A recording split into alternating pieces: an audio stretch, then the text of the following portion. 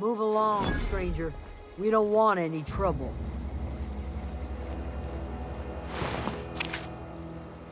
I don't know you. Whatever you're looking for, it ain't here. Move along.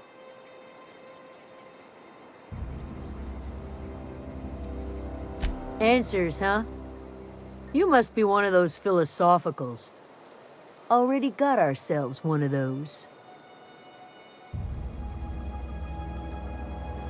Yeah, that's us. And you can tell Thompson we're doing just fine by ourselves. If you're gonna start wandering around my camp, know that I got my sights on you.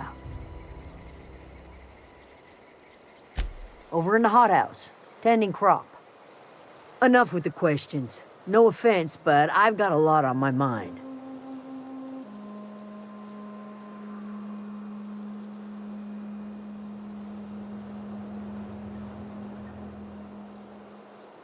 Explains why you're still yammering on at me.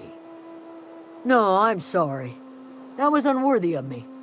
Lady named Zoe went missing some nights ago. Just up and vanished without a trace.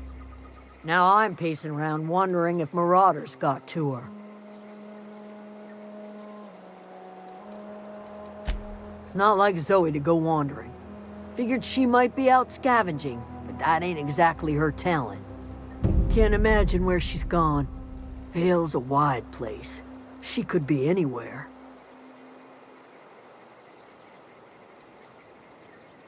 Appreciate it. Honest. I'll tell you what I can. Well, enough to know we never got on. Zoe and Stefan were close. If anybody knows the workings of her mind, he does.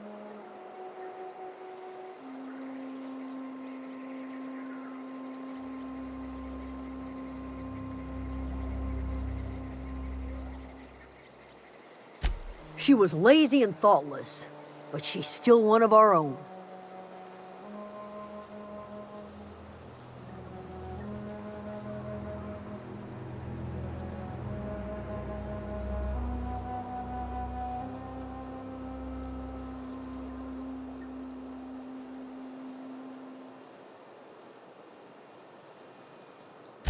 Vex me. If she told anybody, they ain't telling me. I'd check her room, but I got yelled at for snooping once already. Little ways ago. She was always obsessing over her serial dramas. Wanted to see what the fuss was about. Could be. Dangers aplenty out there. No telling why marauders would steal somebody like Zoe. Got no useful skill as far as I could tell.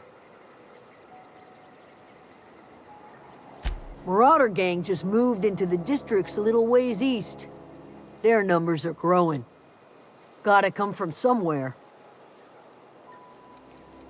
What is it?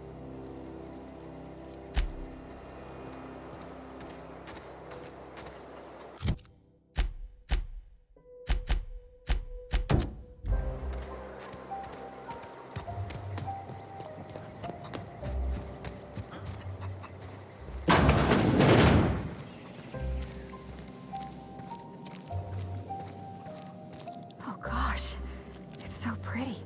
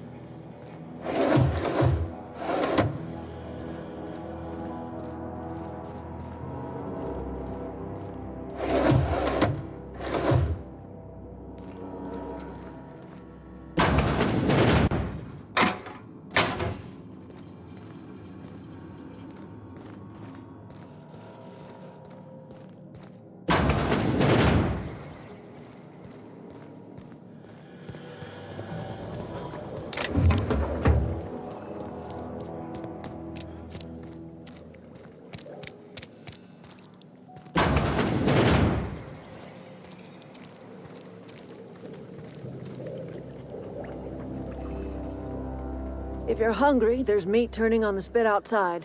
If you're bearing illness, find a place to lay your head down and I'll fetch you a poultice. Whatever your troubles with Edgewater, leave them at the gates and be welcomed here. Any questions, dear? I have been called that, among other things. Green Thumb, grandmother, the strange old lady who keeps flowers. But yes, Adelaide will do just fine. Excuse me, Miss McDevitt? Sorry, it's just... You got such pretty trees in here. Why, thank you. You're Robert's girl, aren't you? I remember when you were but a sprout. Thomas speaks of you often. Are you staying long? You should try some of my tobaccorn tea. I brew it in an old spittoon, but it's been cleaned. A home for anyone who's ever turned their backs on Edgewater. A home for those of us with nowhere left to go and nothing to lose. So, like the spores of the puffball, cast on the wind and alighting on fresh soil, we put down new roots. It is an unpleasant story, dear. But the short of it is that sometimes one wakes up and realizes the place that was once her home for much of her life has changed. The home in which we spent our lives has left us behind, and so we must move on. And that is as much as I will say on the subject. No, dear. The garden belongs to us all. Life is the gift of the universe, and the universe yields its bounty equally, absent of prejudice. The soil around the Vale went sour years ago, but I found a way to sweeten it back up. The secret recipe is a little bit of elbow grease, a dash of love, and a heaping pile of special fertilizer. Reed Thompson, you here on behalf of that cold-eyed reptile? Let's hear it. What's Reed's idea of peace, then?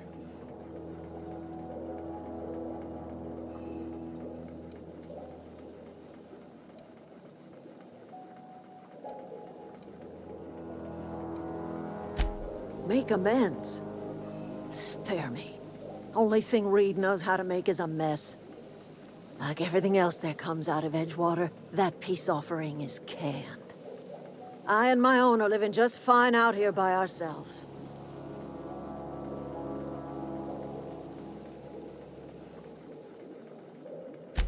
He would do such a thing. The question is, why would you agree to his plans?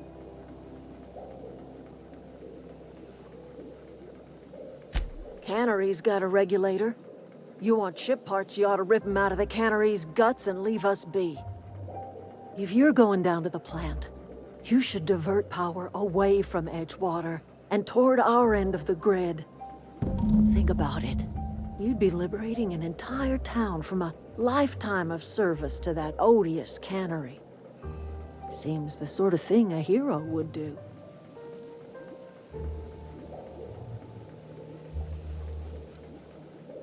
You've seen that miserable excuse for a town with your own lamps. Hollowed-out workers laboring their lives away at the cannery, living off whatever scraps Spacer's Choice throws them. You know that's true, don't you, Ms. Holcomb? Your father died of overwork. His heart gave out. He was tired all the time, sure, but he was old, ma'am, and he raised me all by his lonesome. Look what they did to this child. Lost her family to the company, and still she defends them.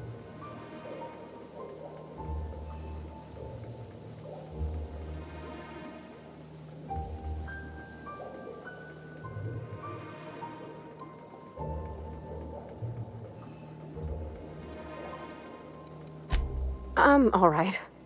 I ain't so fragile. That was unkind of me. I'm sorry, dear.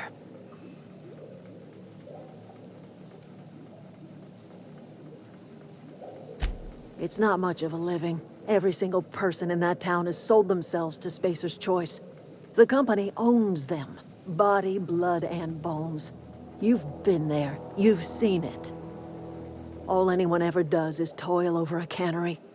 They give their lives for some heartless corporation, and then they're tossed into a Spacer's Choice brand cemetery.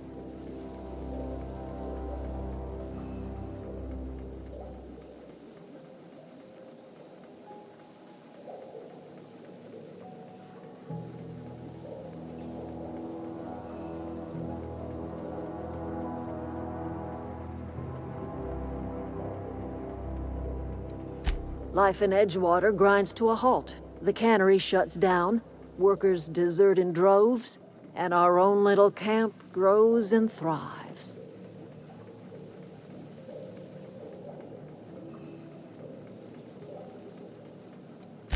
You bring power to Reed's town and you'll be killing us. Reed knows it. He's counting on it.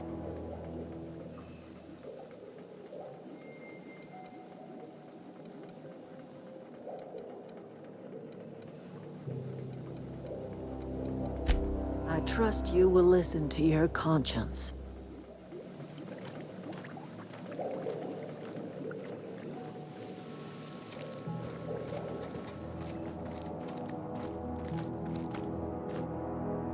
Anything else I can do for you?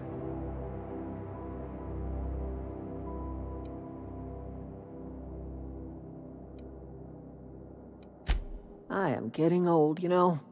These two lamps of mine are not as bright as they once were. Or I might have seen you for what you are.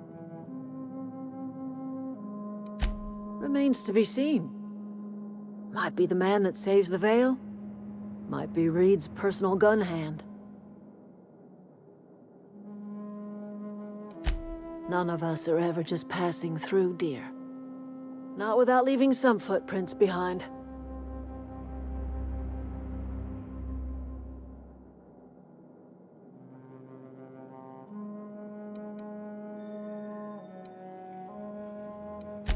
More of the colony felt the way you did, we'd have ourselves a proper revolution. I can't stop you from conducting your business down at the plant. I just want you to know that if you take our power away, you will have brought an end to our way of life.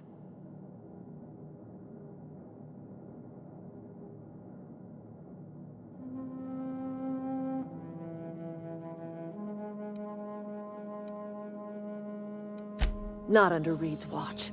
He and I would come to blows within a day, and he would never tolerate my tending to a garden. This is my home. It will be my home even if Reed cuts our power. Simple as that.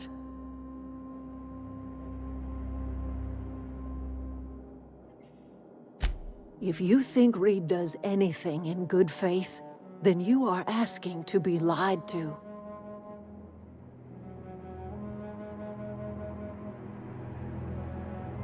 That's because Reed was my boss. I was the cannery's one and only flavor specialist, you see. Remember that limited run of white chocolate saltuna? That was all me. My son worked in that cannery. When the plague started coming, he was one of the first to fall sick. We had a store of medicine locked away, but Reed refused to treat him. Said my boy didn't deserve treatment. Said the medicine would have been wasted on him. So I buried my boy in the cemetery, gathered my belongings, and left. That's as much of the story as you need to hear.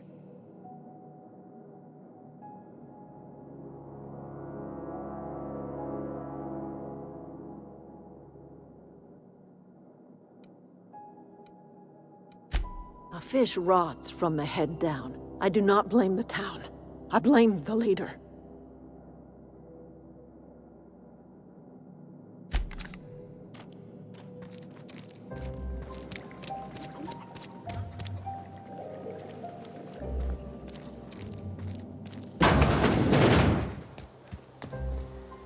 You hungry? We got canid ribs, canid flank, canid snout too. Something I can help you with? You mean Zoe? Yeah, we were pretty close. Not like her to go loping off.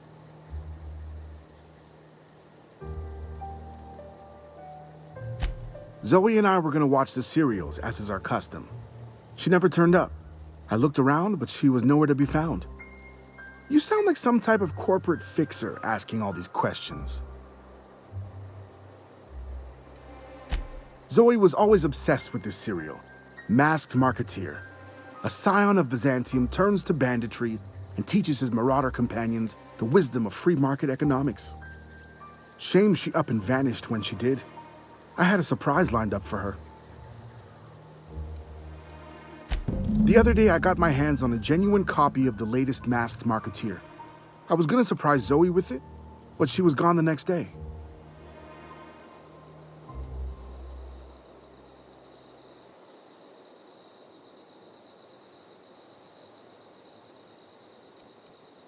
Can't say I recall Zoe ever acting strange. Well, except for her habit of writing things down on scraps of paper. She called it journaling, but I think it's just plain odd. Hey, I got time. Fresh off the limb, and that includes canid meat.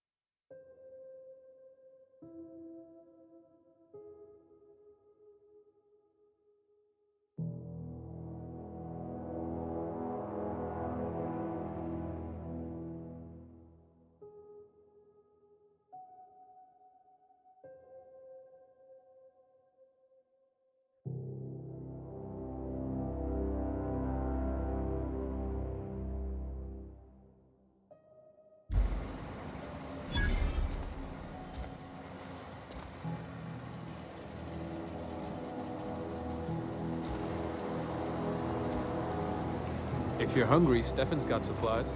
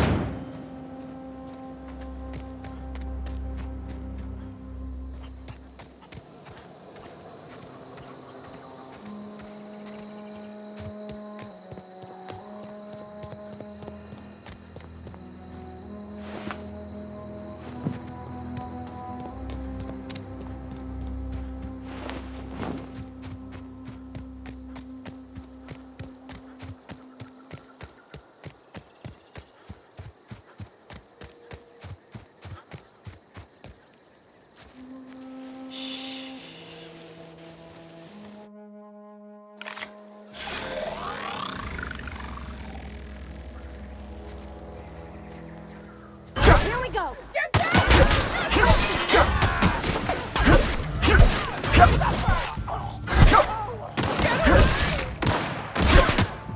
Everyone all right?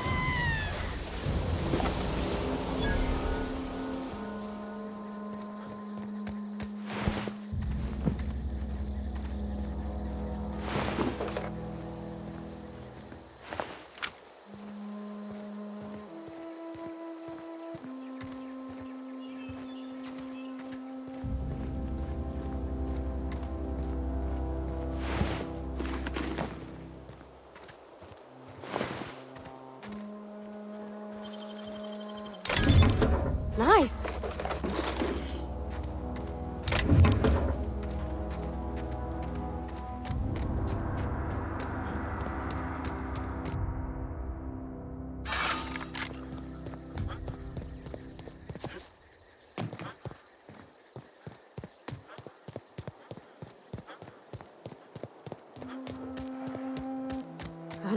anybody who ever came out this far.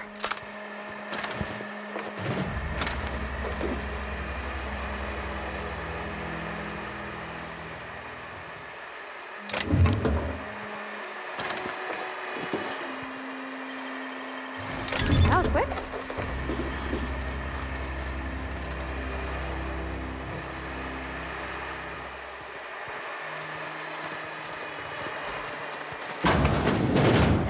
What's that noise?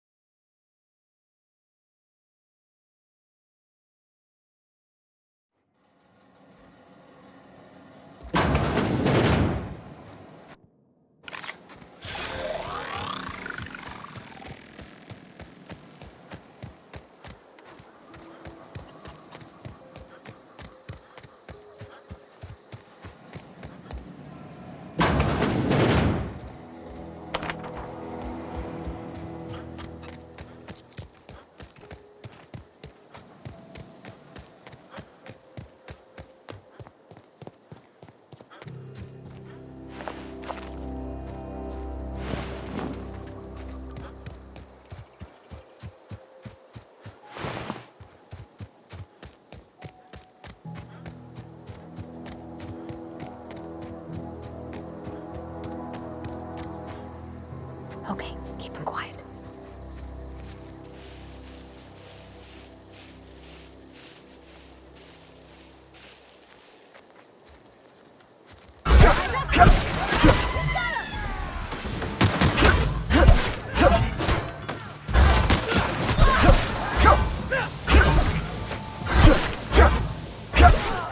That's the last of them.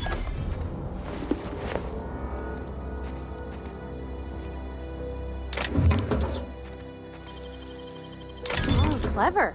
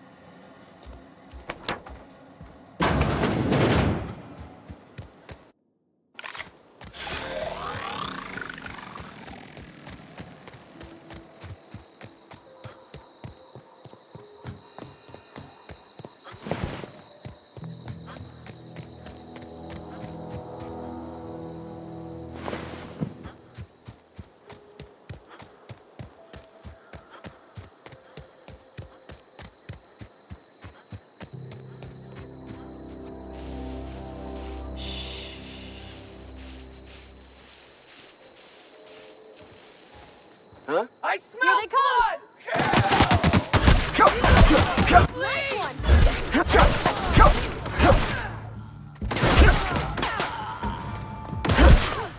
That's the last of them.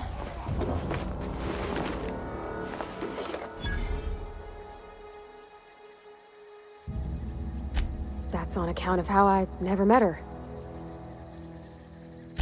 I don't rightly know. She was in another division of the Spacer's Choice family. She worked in the Vale a few months, sorting the cannery computers.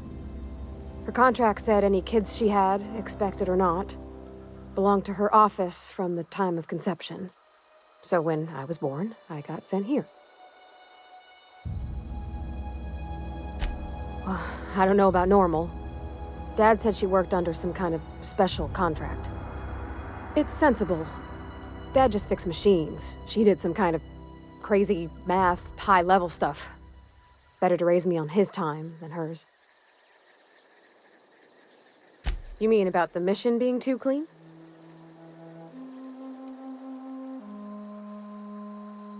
Sorry. I know it's none of my business.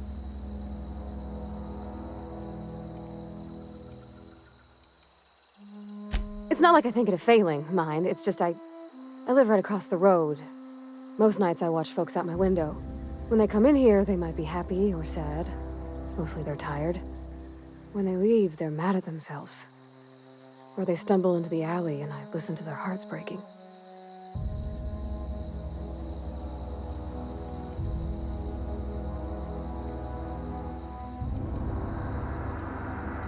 Maybe so, but we don't think on it that way.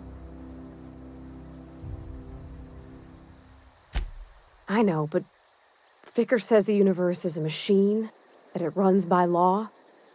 Real machines have gunked up oil, scratches, and worn bits. You can tell they've seen handling, been used by folk. The machine Vickers sees is one ain't never been run. It's not for people to live in. It's something on a museum shelf, under glass.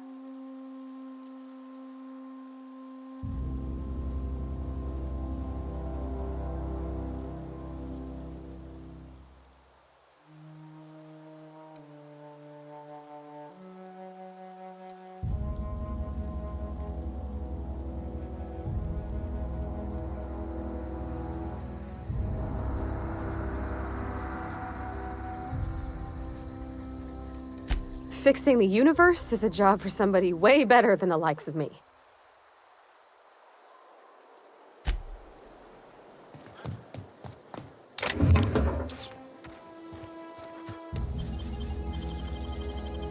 Easy.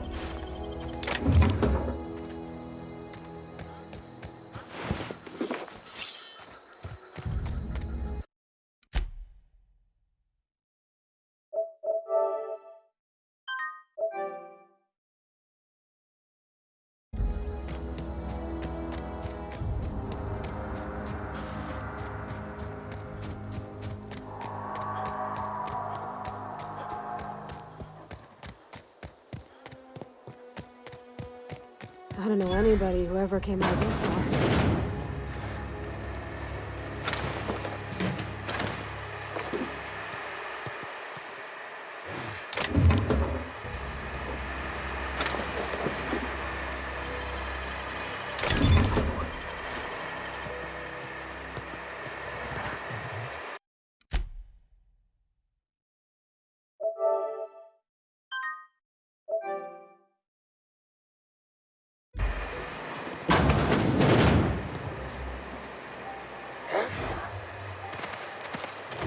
in there.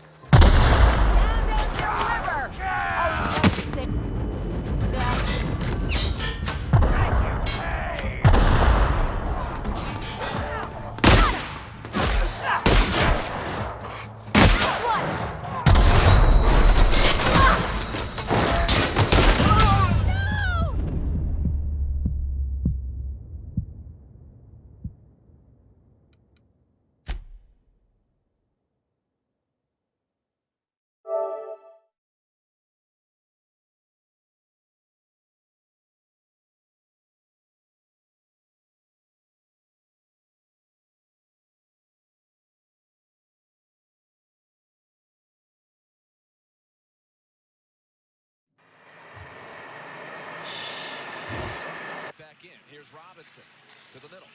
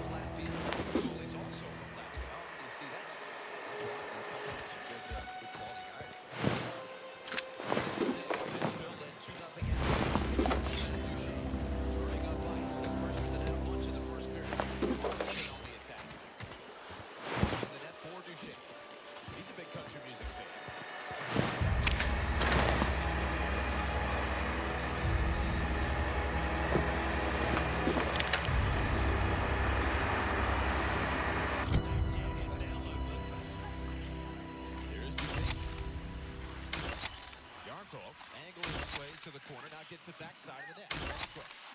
Looking, gets it back to Arvidsson, wide open, shooting. Save is made, rebound.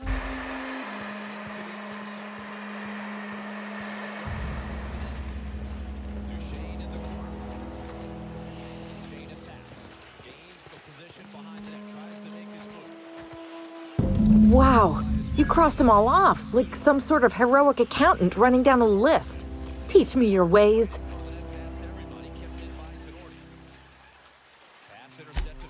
What? You mean Adelaide's little congregation of nature-loving nobodies? I could not possibly be less interested in them. You, on the other hand, you were a sight to behold. If I had half your skills, I'd be the greatest outlaw the coast has ever seen.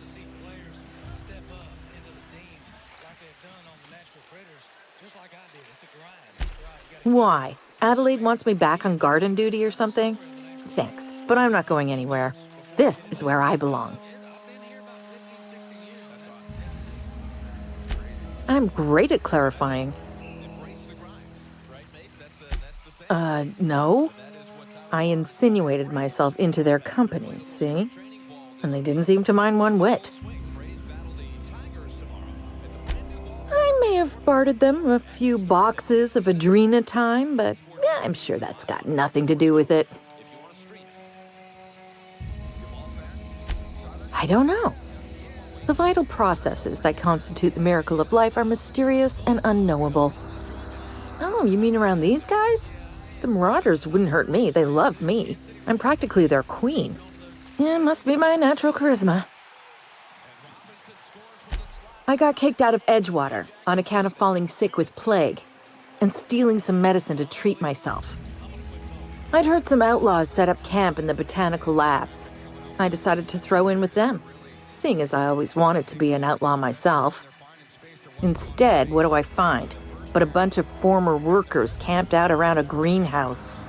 I couldn't just go back to the cannery, so I was stuck with them.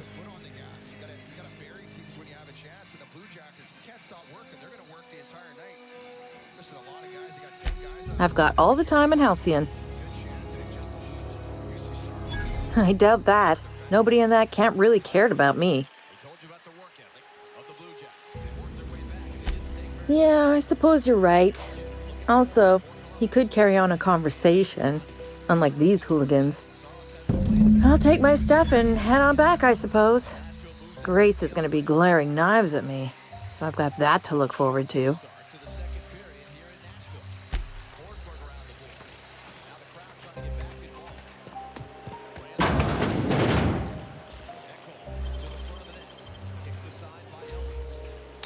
Great work.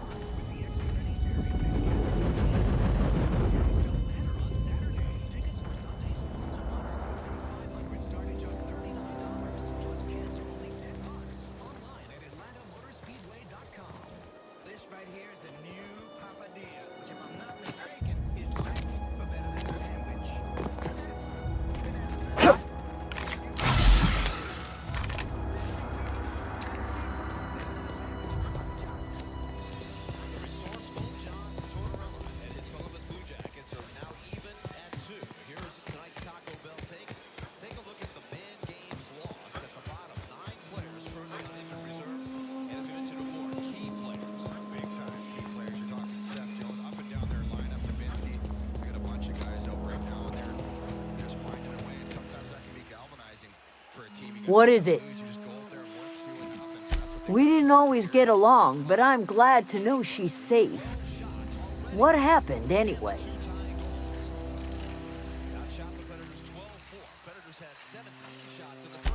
Zoe joined up with a band of marauders. Zoe. The same Zoe who doesn't know a barrel from a trigger. Well, I've heard stranger things. You pretty much did my job for me. Least I could do is pay you for your trouble.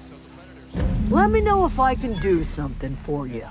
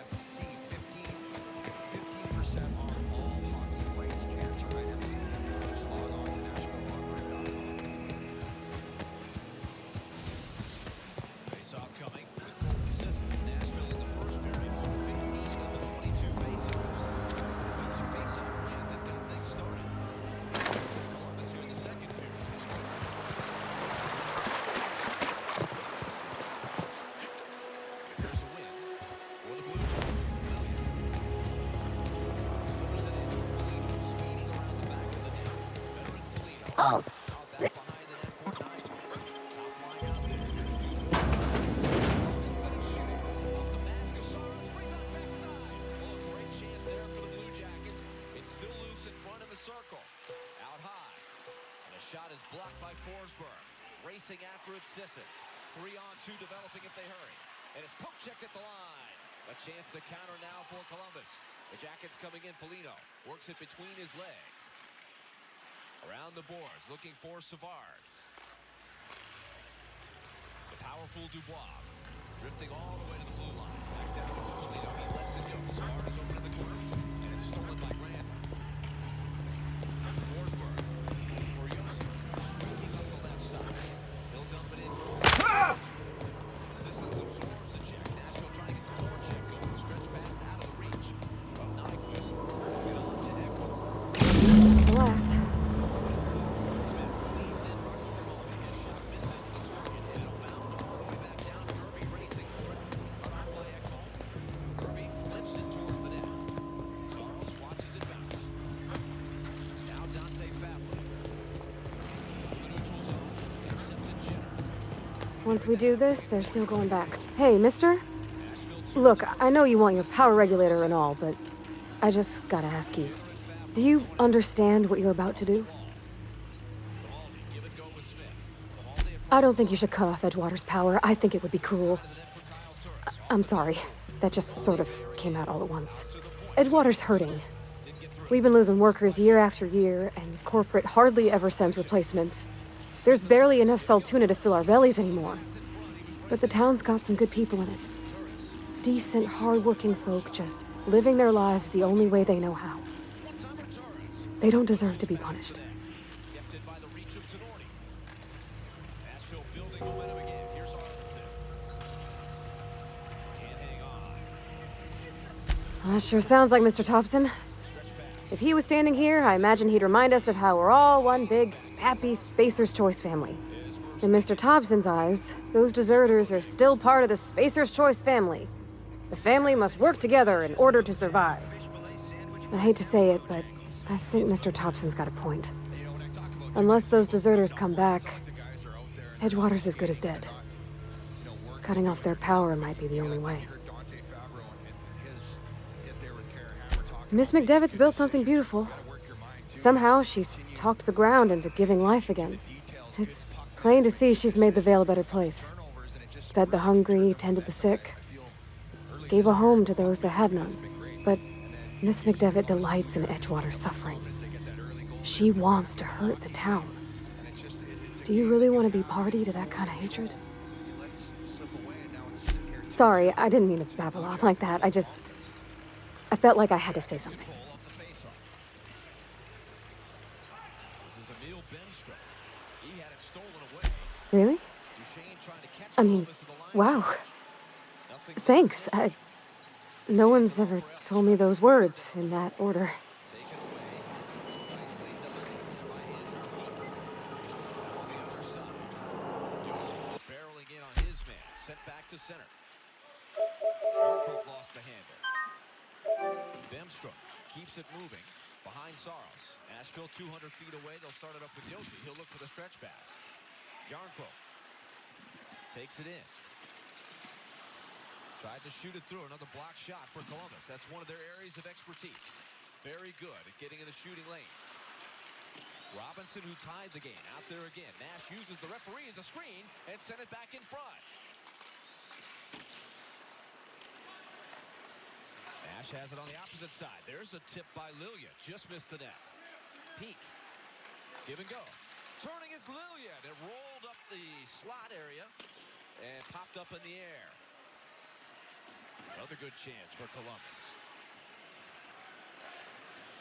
Well, they're just all over it now, and it's just simple hockey. They're not going to do anything fancy. They're just going to get pucks in that, grind in front of the net, just like they've got their 2 goals in all their zone time. Good shot by Sissons, creating a rebound, but Savard was in the right spot to clear. Jenner. He got the party started in the second period. A second shot pinned against the post there by Saros from a tough angle. So Jenner with a lot of confidence. We're all even midway through. She's the voice of a generation. Alanis Morissette, celebrating a lifetime of music and hits. And 25 years of the iconic album Jagged Little Pill 2020 World Tour. Alanis, with special guest Garbage. Also appearing Liz Phair. Saturday, July 25th, Bridgestone Arena. LiveNation.com is the Bridgestone Arena box office. Toyota wants you to get connected with a new car, truck, or SUV. Connect with style, with technology, with performance. Connect with $500 bonus cash.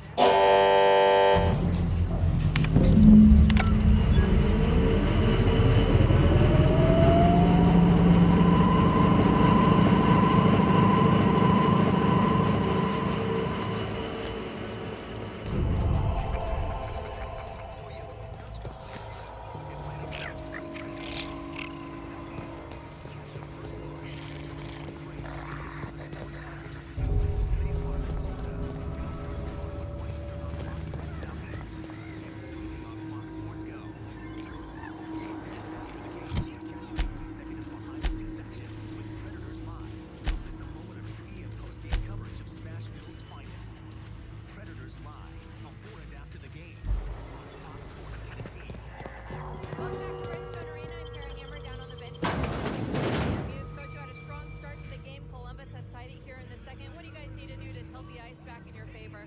Well, we liked our first period there. We thought we controlled a lot of things, making good decisions there to set up the forecheck, getting on the forecheck, which established our ozone game. Got away from it a little bit here to start the period. I think we've started to get back to it. Right now, it's just about consistency. One shift after another here to create momentum. We do that here. We're going to be happy with the way the rest of the period goes. All right, thanks, Coach. Thank you. Guys? All right, Karen. I didn't do this.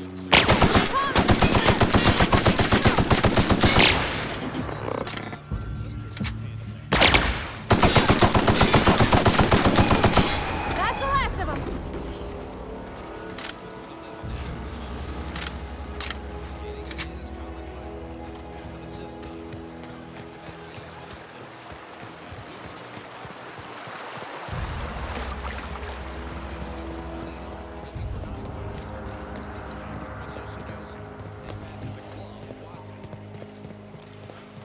Job there by Marcus Nudavara to play it ahead. That's what the Blue Jackets are going to do. They sit back and neutral them. They don't have pressure on the initial ball check. They sit back. They make it five guys up.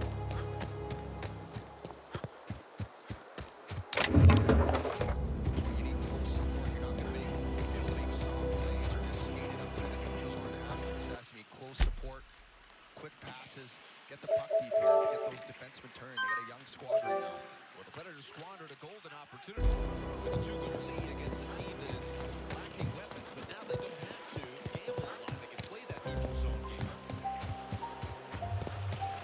Turris and Gravon walking their man left side. Turris lost his balance. Third pass to Norton.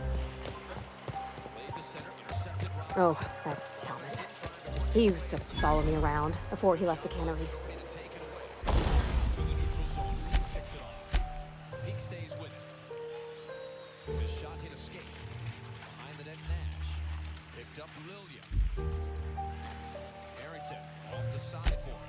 Weber spinning, seeing the puck in his neighborhood. Got it over to Norton. Norton took a hard hit. Grimaldi snaps the pass, and Weber has some space. Off the tip of the glass, Turris has to play the bounce. Savard played it as well. Coming up on 6:10 to go in the second period. Johansson and Grant for Nashville. Countered by Jenner and Robinson. Here in the second period for the Blue Jackets. Now busting in Duchesne. Around the back of the net. Yarnfolk waits forward in the corner. Robinson looking for a play. Couldn't get it past Irving. Bouncing puck towards Saros. That's the thing about growing old. Your eyes start to fail. Elsewise, I would have seen you for the snake that you are, chopped you into pieces and roasted you on a spit. This is all you're doing. Cutting off my power, killing off my garden. Without refrigeration, my food will spoil, and my flock will starve. I want to ask you this in private, away from the eyes of my flock, so they do not see me lose my temper. Tell me, why did you do it?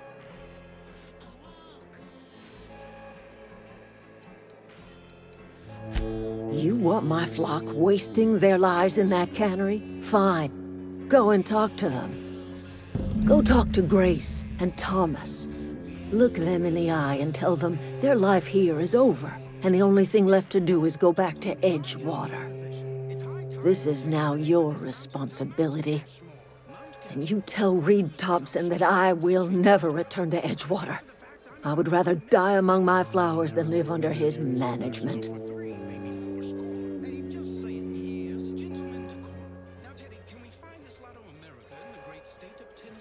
You offering to cross Reed off, huh?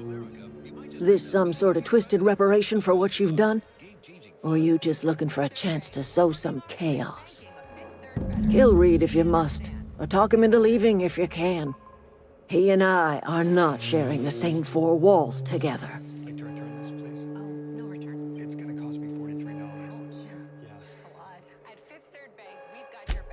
Tell Reed that I can make his people healthy again. I can end their plague. Start a new garden right in the cannery. 3 square meals for every man and woman in Edgewater.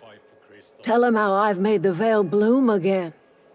The soil has whispered its secrets to me, and I alone know how to breathe life back into the earth.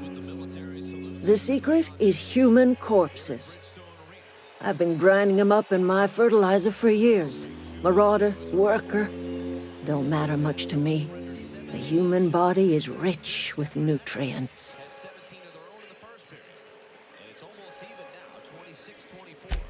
I have got a means to cure the plague, and I will not share that cure until Reed leaves town. Those are my terms.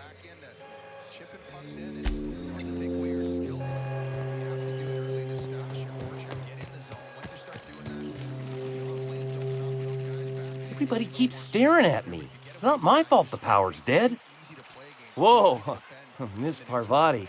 You're, what, how are you? Hi. Hello. Are you, are things safe out here? How are you keeping? Great, just great. I've been trying to keep stuff running, just like you. Only I'm not so... Wait, they didn't kick you out, did they? Oh gosh, no, I'm just along with this fella here. I seen you wandering around here. You don't look like you're coming from town.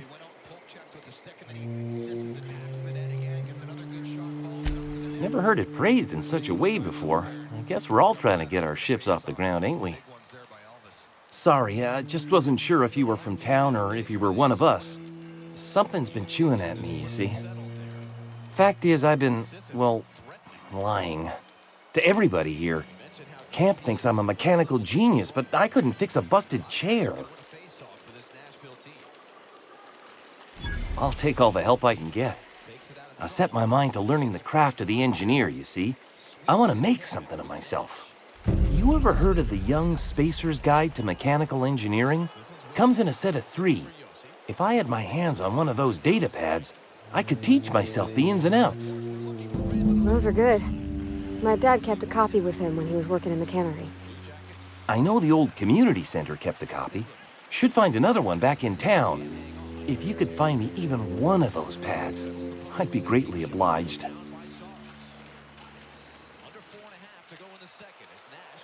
No kidding! Really? Well, which one? Look at that! Building a computing machine out of Spectrum potatoes, a primer.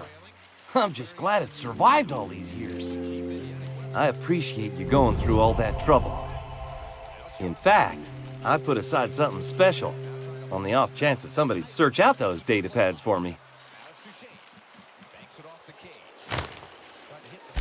Sure, I'd be glad to take them off your hands.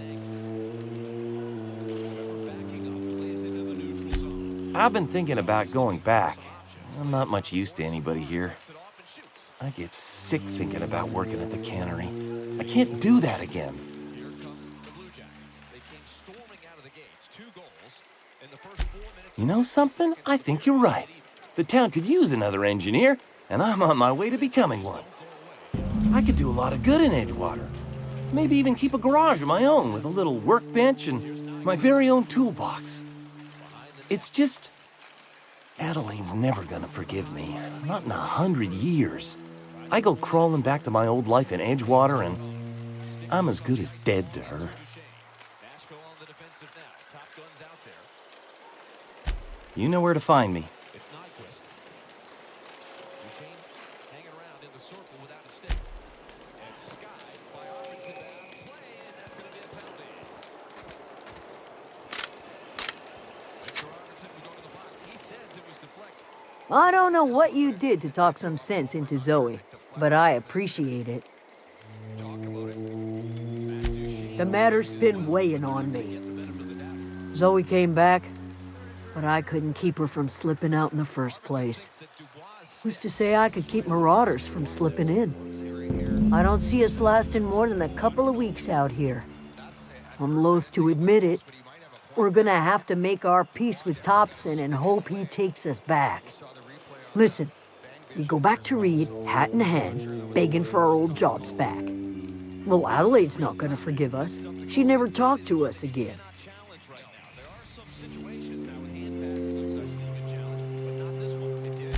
Sure, suit yourself. I'll be here.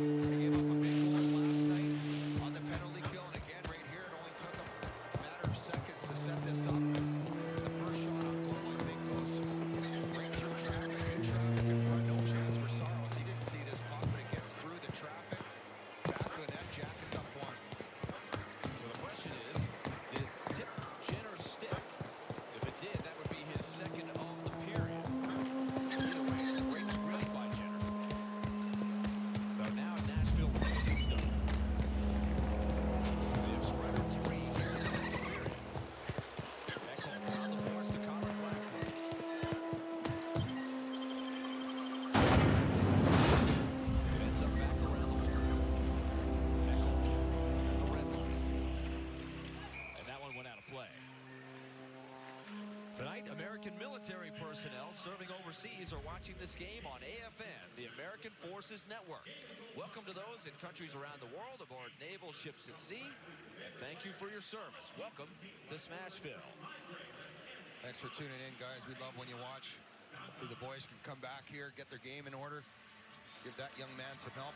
Been under siege here in the second period. They've been all over him. See the top left-hand corner of your screen. The shot count. It was 9 at the end of the first for points. They now have 28. 18 minutes in this second period. And Phil's got to score 3-0. Brilliant first period. And that one almost snuck through everybody. Savard just looking for a seam. Now it's Ellis. He has an assist tonight. Broken up at the line. Turris spinning around, keeps it moving. Pass was behind Grimaldi. Smith on his way off the ice with 90 seconds to go. Dumps it in. And it's taken over by Gary. Murphy using his skating ability. Line jam. That was close to offside.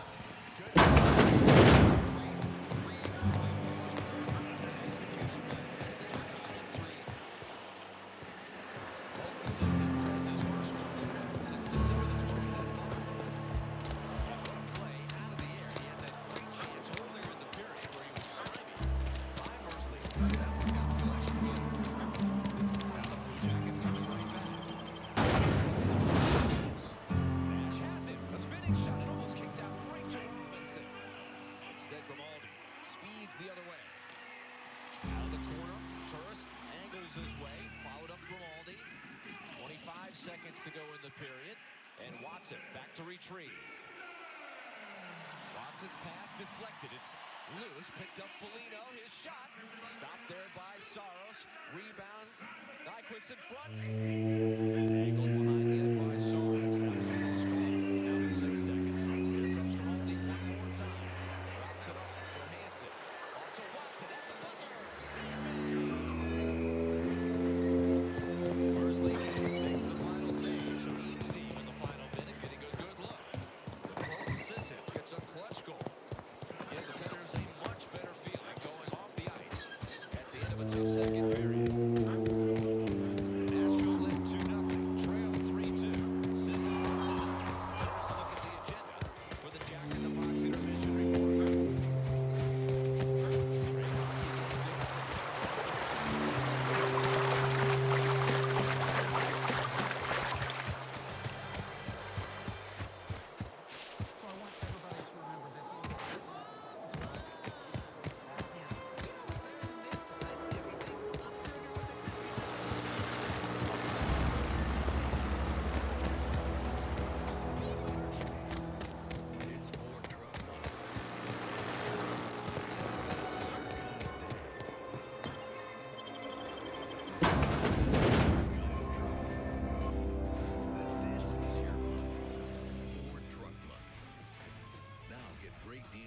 trucks as tough as the people who drive them. Now during Truck Month, get Ranger with 0% financing for 60 months plus $1,500 bonus cash. You've been hearing a lot about 5G, but there's 5G. And then there's Verizon 5G. We're building the most powerful 5G experience for America. It's more than 10 times faster than some other 5G networks. And it's rolling out in cities across the country. So people can experience speeds that ultra wireless can't deliver. 1.7 gigs here in Houston. 1.8 gigs here in frigid Omaha. Almost 2 gigs here in Los Angeles, which is outrageous. That's like an 8-lane highway compared to a 2-lane dirt road.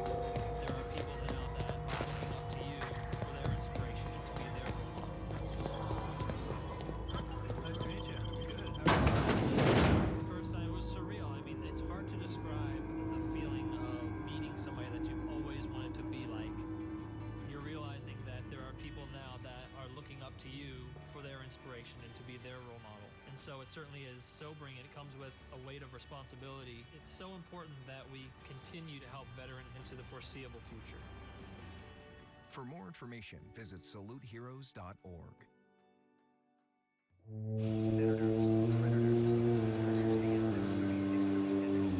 All rights to this broadcast are reserved. Any rebroadcast, recording, retransmission, telecommunication to the public, or other unauthorized use of this broadcast without the express written permission of the National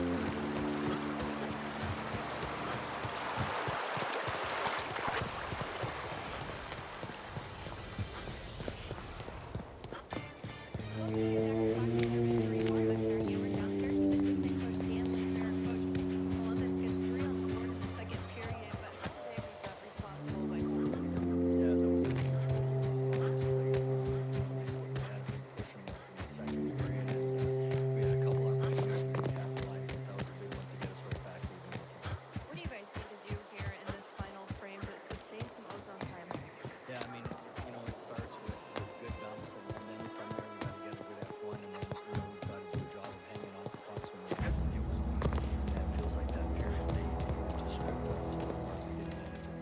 Any luck finding one of those manuals? When we come back, we'll take a look at some NHL scores. Stick around.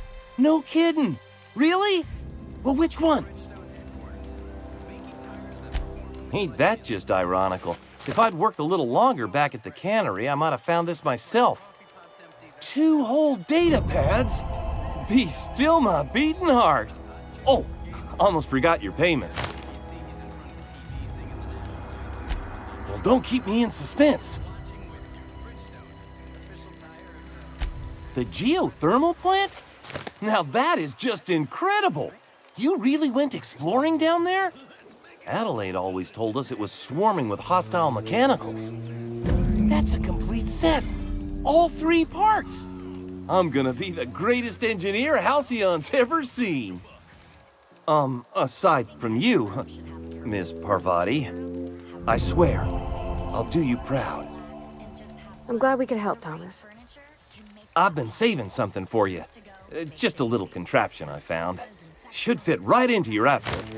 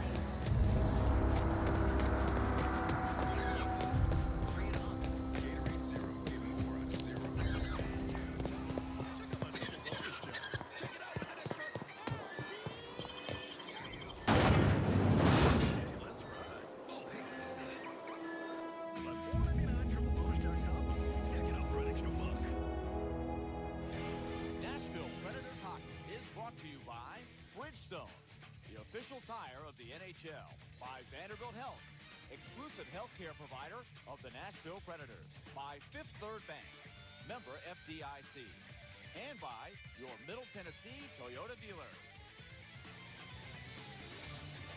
Welcome back to the Jack in the Box Intermission Report, where the Blue Jackets and the Predators are tied up at 3-all after the second period. And now let's go to New Jersey, Washington in town. Third period, Jersey up 2-1. Capitals pressuring. They find number 8 in Alex Ovechkin. Ovechkin gets his 700th goal. Big congrats to Ovi. Ovi getting a lot of love there for getting number 700. Let's take a look at some of the other scores going on around the NHL. A couple of the games that really stand out on that scoreboard are Philadelphia. I think you did the rightest thing you could sending the power back to Edgewater. A lot of people would have suffered otherwise. People I care for, even if they didn't care much for me. He's just interested in fixing stuff. He always used to follow me around, asking me to explain what I was doing. Like a puppy, kinda.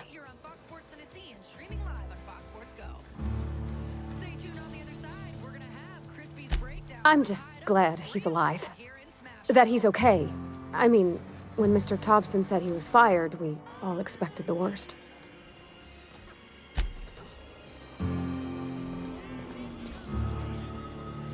This is a fine day, friend. Power flows through our town like a cool stream of water. I trust Adelaide's people have seen their way to reason. So, when can I expect them back at their posts?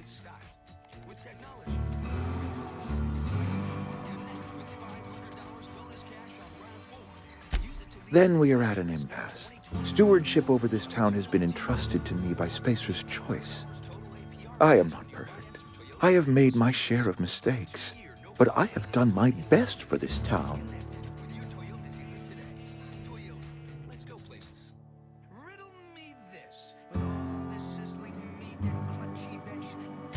I am a Spacer's Choice man. My father was a Spacer's Choice man. Edgewater may not look like much to some buttoned-up freelancer, but it is my home.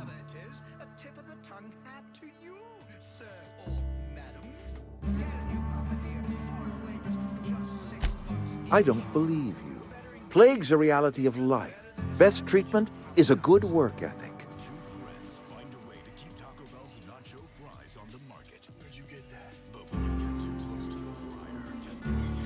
You are disparaging our parent company, and it is not appreciated.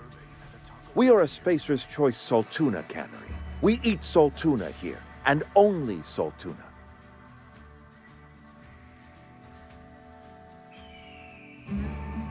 I don't understand. You say Adelaide's growing her own food, but that should not be possible. The soil's gone sour. Company said as much. Our own botanists couldn't grow decent crops for us, so the company got rid of them and shut down the greenhouse. You'll excuse me for being skeptical. How exactly is Adelaide growing crops in barren soil?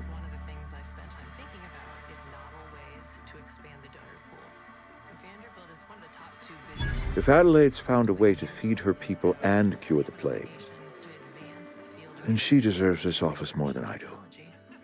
I won't stand in her way. My life here is ended. Give me a little time to settle my affairs. I'm sure Adelaide will be glad to see the back of me.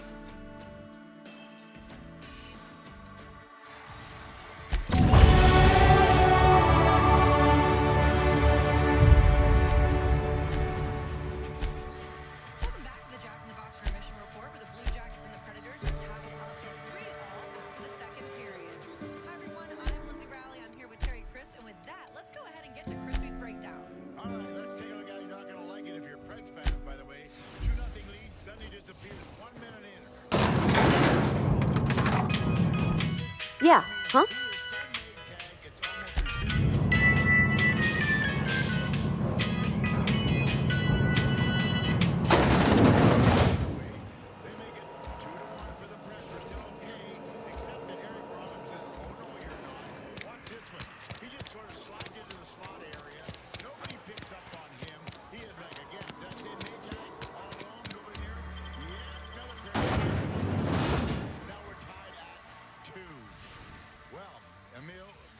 Gets on the power play. Look at the body in front of the net. I mean, Saros has no chance. We'll tap him after the puck goes in. We'll give the guy a shot. Okay, that doesn't count. 3-2 power play for the Blue Jackets. Sissons to the rescue. Forsberg says, okay, I'm going to throw it at the net because Sis has good eye-hand coordination. With about a minute left in the period, Sissons says, guys, let's get back in this game. There you go. Bingo. Nowhere near him by either. So both goals there unless you want to hit.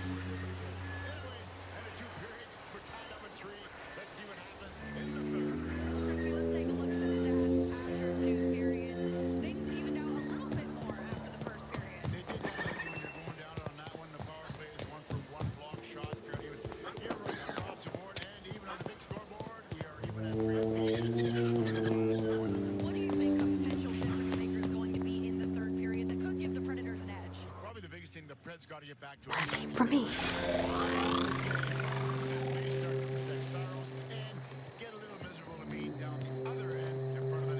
Huh?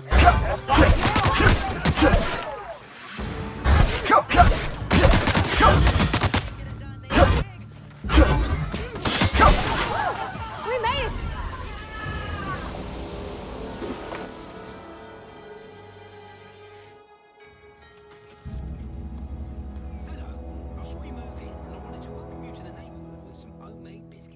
Oh, that's so nice.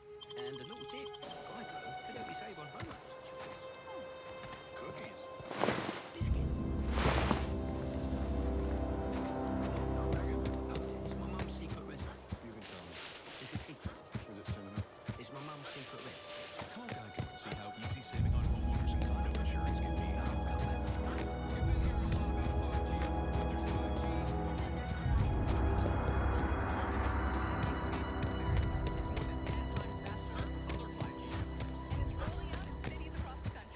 So people can experience speeds that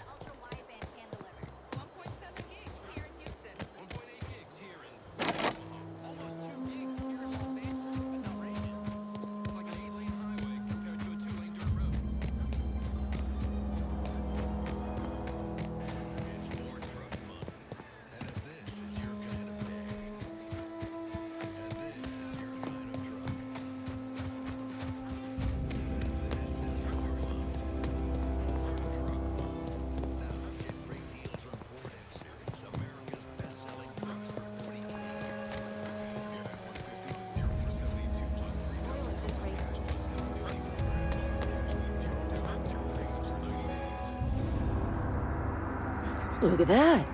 The snake's come back. I never thought I'd see the day that Reed Thompson abandoned his post. Suppose we all have a breaking point. Suppose it's time our flock made our way back to Edgewater. We must tend to what remains of the town and carry on with our lives as best we may. You're vexing to me, you know? Injuring us with one hand, helping us with the other. Here, I'm giving you something to leave us be. It's a ransom, you understand, not a reward.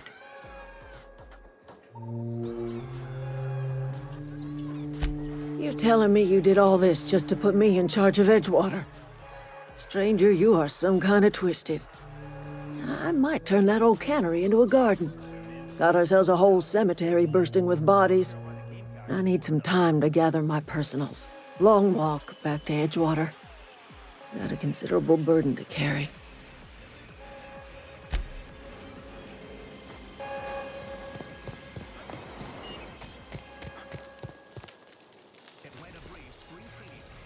Sorry. I'm just trying to figure out what to do is all. Adelaide said that? Was she sober at the time? I never imagined she'd step foot in Edgewater long as Reed ran the town. Something must have changed in Edgewater.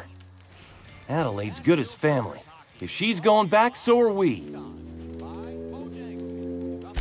What's on your mind?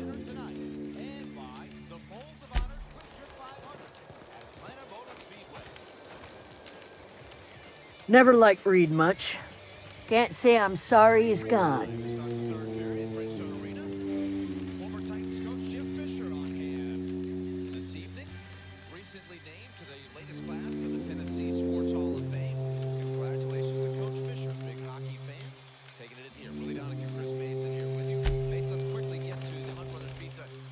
Zoe says she fought her way out of a marauder camp with her own bare hands.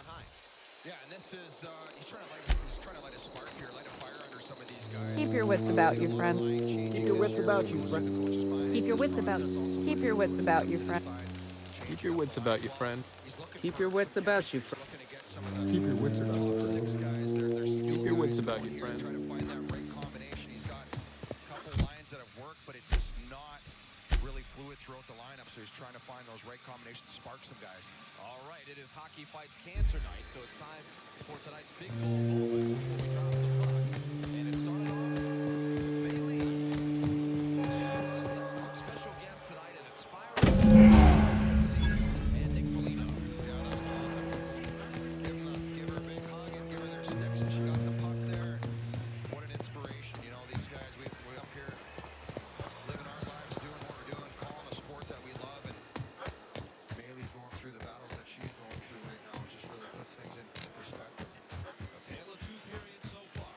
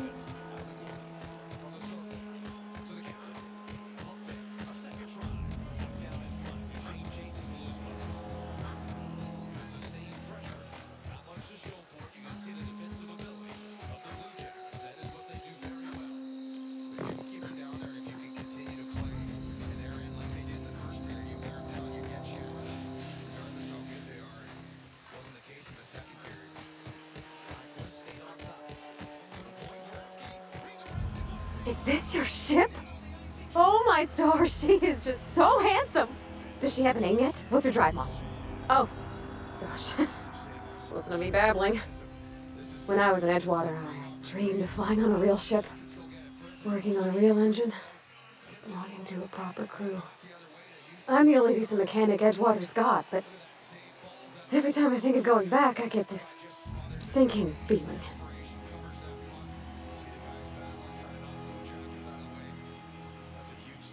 Oh, it's kind of you to say that. And you're right. I wasn't happy. I want to ask you something, and you can say no. But can I come with you? I could tend to your engine. I know my G-valves from my catalyzers, and I can keep your ship singing.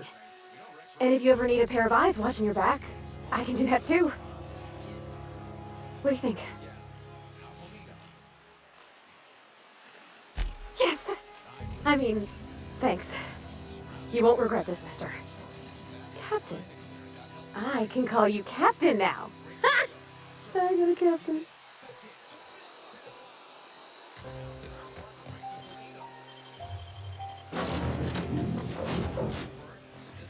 Well, I certainly am looking forward to flying on a ship named the Unreliable. I'll just head upstairs and claim a room. By verity, by strength. What are we contemplating today?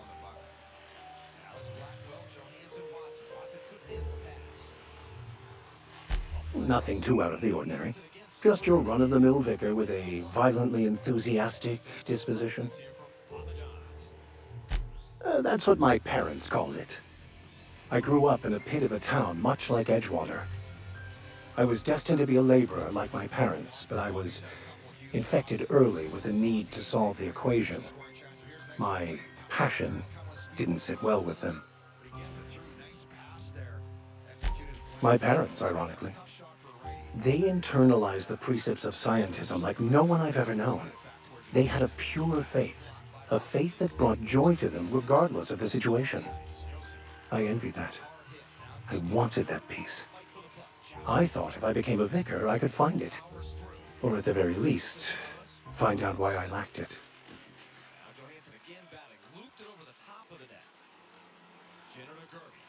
They thought I was fighting the plan, should have accepted my lot. Some people pursue the clergy for power, prestige, but that was not me.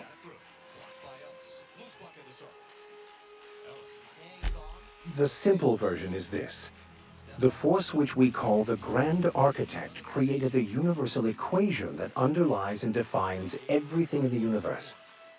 Everything flows from the equation, or in layman's terms, the grand plan. Is the Grand Architect a consciousness? A natural force? Did it create the equation on purpose?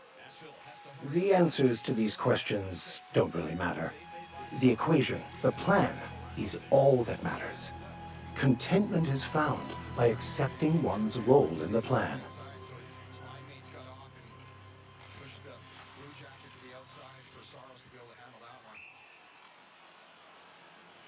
The plan is not one rigid path. There are a variety of multitudes contained within it. Our paths have variance, but we'll end up adhering to it, whether we like it or not. Some choices make the path smoother, some rougher. You can even go outside the lines, but the further outside you go, it's like an unbreakable elastic band. It will only stretch so far before it snaps back. The further it is stretched, the more violent the eventual correction.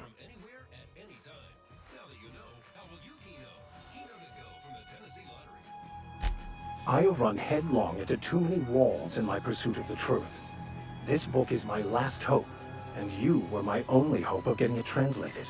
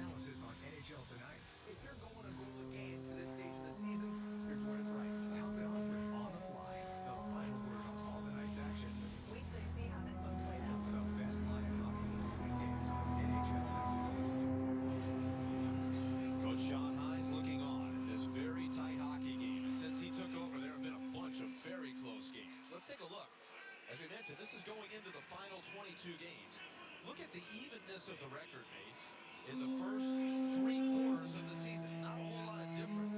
And they're tracking for about 90 to 91 points right now. In the fourth quarter, they need to get to about 93 to 95 to have a very good chance of getting in. You get to 95, you should get into the West.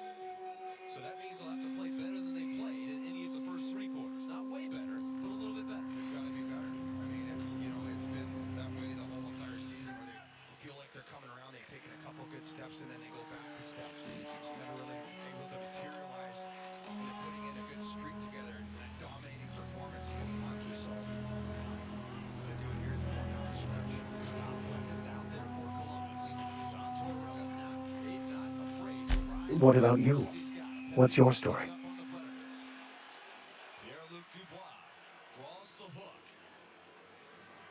And how did he do that?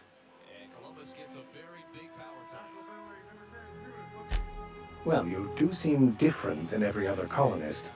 Let's pretend for the moment I believe you. What are you going to do now?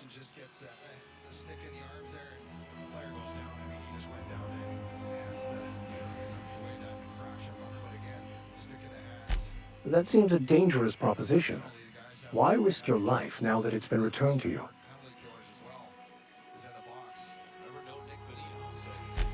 A commendable attitude.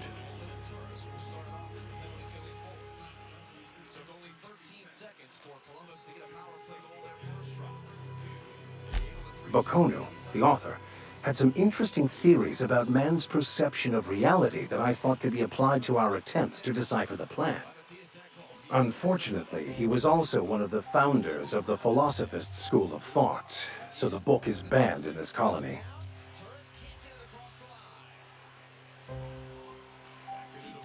Philosophism's a false religion that stands in contradiction to almost everything we know to be true.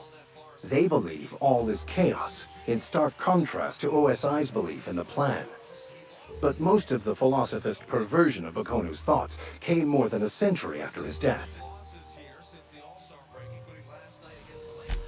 The story of my life. Most lay people are not aware of this, but we've not discovered any new insights into the plan for a long time. I had an idea that we should welcome the truth, no matter where we found it. I had the worse idea to share my thoughts with a superior.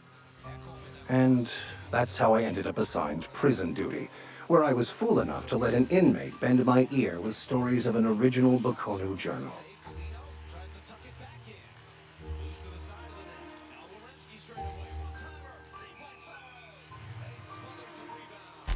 I've been thinking on that. There's a former infamous philosopher scholar who fled Terra 2 some years ago. He's an expert on Baconu. He's also who told me of the journal's presence in Emerald Vale. If anyone in this colony could translate that book, it would be him. That's a good question. We should start on the Groundbreaker. It's where I'd go if I wanted to get off Terra 2. Great place to pick up a ride to Hephaestus, Scylla, even Monarch. All I need is access to a data cartridge from the security terminal.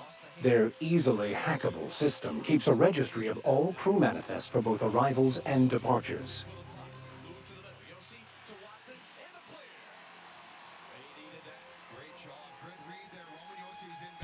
I'll comb the last 6 months of departure manifests to track the Philosophist's off-world destination.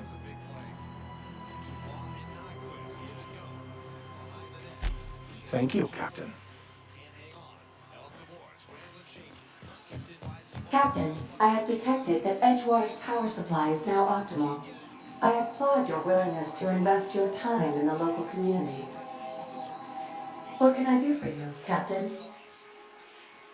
Do you know how to install a power regulator? Outstanding, Captain. Your aptitude for engineering will prove invaluable in the event of another catastrophic engine failure. Our engine room is located behind you. Across the cargo bay, up the ladders.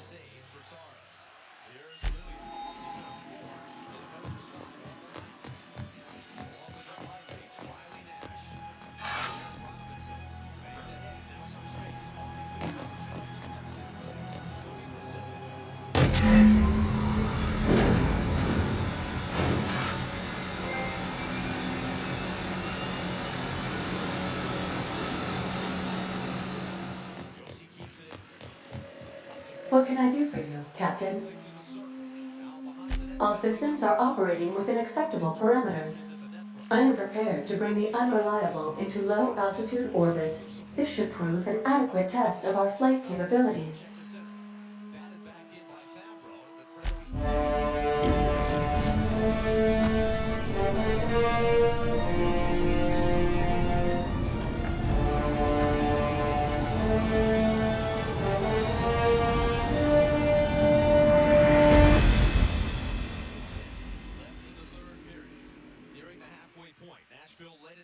In the first, Johansson and Granlund. Jenner, Robinson, Bemstrom unanswered in the second until Colton Sissons scored at 18:57 of the second period. And it stayed 3-3 since then. It is a 10-1 shot edge for Columbus here in the third period. Nashville outshot Columbus 17-9 in the first. Since then, it's 30-12 in favor of the Blue Jackets. We have received a communication request from Dr. Phineas Wells.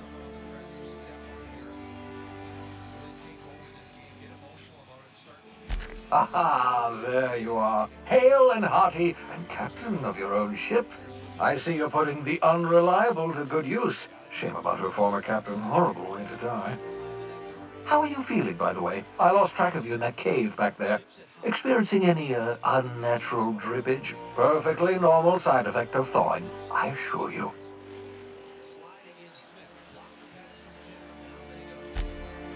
Oh, that, yes, that's probably permanent. I wouldn't worry about it, though. I'm sure you're fine. What you saw in Emerald Vale is happening all across the colony. Food shortages, lack of supplies, and basic necessities. We're dying. The chairman, the minister, and all their lackeys on the board are to blame. The Hope has some of the brightest minds Earth ever sent us. If we can revive the Hope's colonists, they can help us undo the board's mistakes. They can help us set things right. You need to get to Stellar Bay on Monarch. I have contacts there. They'll help me, help us, find the chemicals to revive your fellow colonists. Gladys Kilkelly, lovely woman, runs a cozy little black marketing outfit on the Groundbreaker. She can get you a nav key to land on Stellar Bay.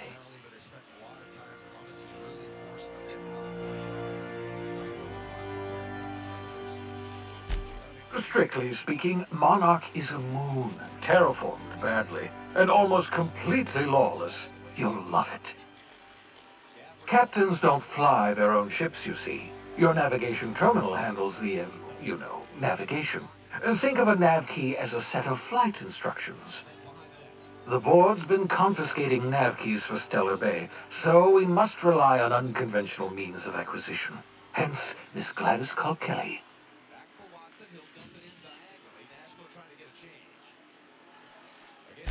Excellent. I'll send her a wireless. Let her know you're coming. By the way, I gave Captain Hawthorne a disguise apparatus of my own design, cutting-edge technology, years ahead of its time. I call it the Holographic Shroud. I'm sure it will prove remarkably useful to you. You'll find it in the captain's quarters. Excellent. I'll contact you once you've found a way to get to Stellar Bay. If you have any questions, come see me in my lab. And remember, don't trust the board. They'll try to win you over with promises of wealth and power, but it's a lie. The board's only interested in filling their own pockets. If we don't put a stop to them, they're going to run this colony to the ground. Transmission ended. If you are ready to depart, please select a destination on your navigation terminal.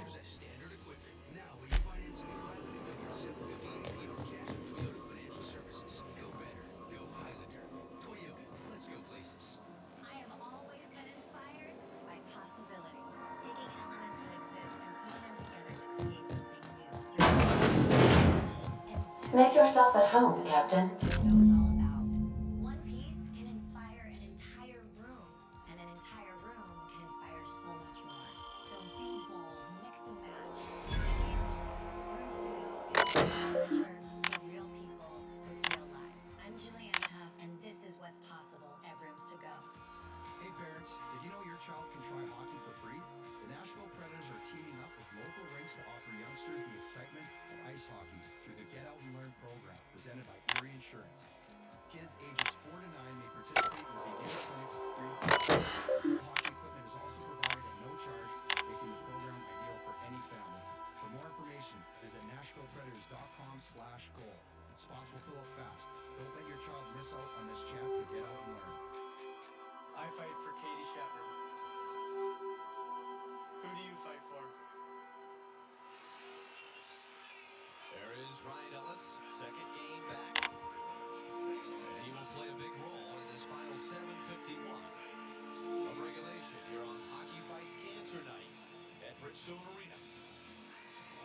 starting to settle in. You can see him feeling a lot more comfortable. He's 4 shots, starting to shoot the puck, +2 tonight. Making some big defensive plays, getting that body down there, taking away passing lanes, blocking shots, doing it all. Big face-off win. Predators have been outshot 10-1 in the period. They had the first shot. It belonged to Rocco Rinaldi, if you recall. It was an excellent look, but since then, it's been all Columbus. Yeah, you're right on that one. All right, fans, don't forget, tune in to Predators Live, presented by Plans. Immediately following tonight's game, all the highlights, interviews, and analysis. Stick around after. Here is the Sissons line. Forsberg has 2 assists. Raylan has a goal. Sissons has a goal. They've been the most effective trio. Again, the puck turned over inside the line. This one bounced back out. Werenski lost it. Favreau working with Matthias Ekholm. Favreau holds the puck. Nashville has had trouble busting through in the offensive zone here in this third period. Jamming up the play at the blue line. A chance for Ekholm. A touch pass. Randall looking for Sissons. Sissons is in. He got the shot on net. Easy save for Elvis. Now Werenski. Sissons trying to get aggressive. Out through the middle, Jenner. Scoops it on net. Rebound right to the forehand of Jenner. Wiping out Favreau. Nashville looking to clear it up the board. Via Brandon. Under 7 to go. Gavrikov snaps the pass to Foligno. Checked away. Another good poke check. This one by Maloney. Up the board. Josie. Trying to hit the accelerator. Close. That was close.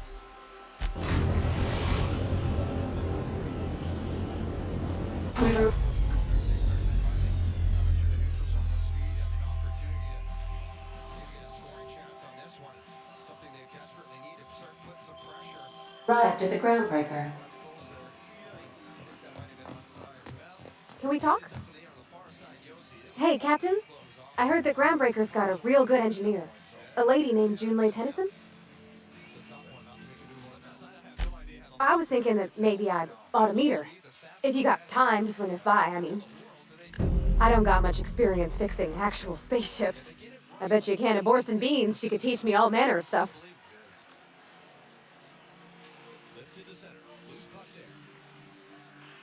Duchesne ran into the linesman. Thanks, Captain. I'll be sure to make it worth your time. Did you want to talk about something else? It's tough to carry the puck in. If you chip it, there's your centerman come in with speed.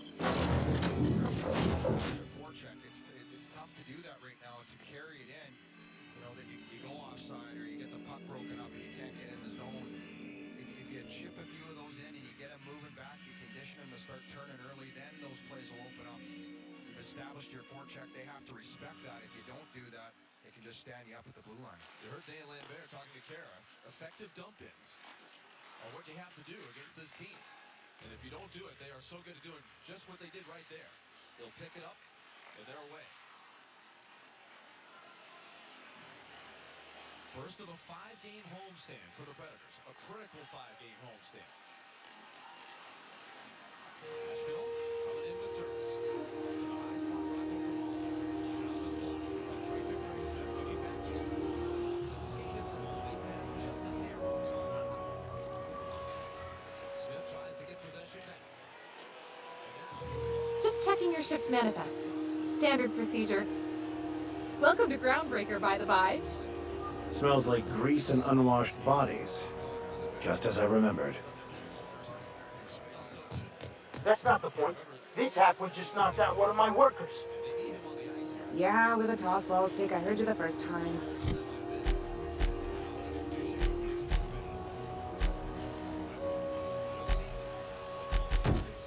There weren't any witnesses.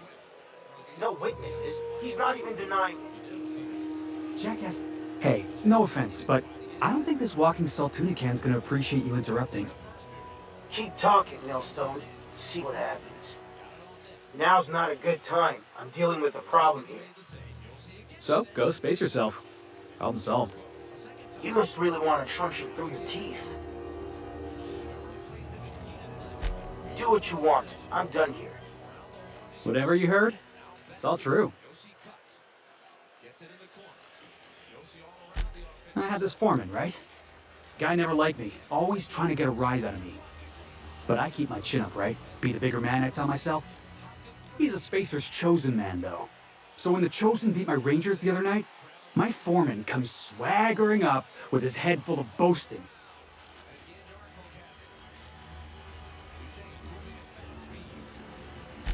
That's when I broadsided him with a tossball stick. Yeah. Look, this was a long time coming. Guy thinks he can push me around because he's some sky-high foreman, and I'm just a back bay's dock worker. Well, former dock worker. Guess I just tendered my resignation.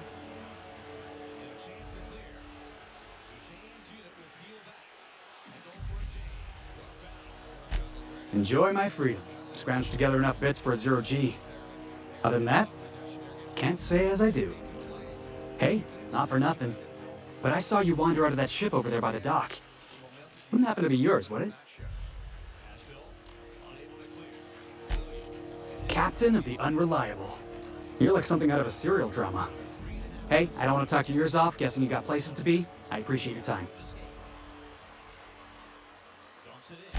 Felix Millstone. Pleased to make your acquaintance. See you around, boss.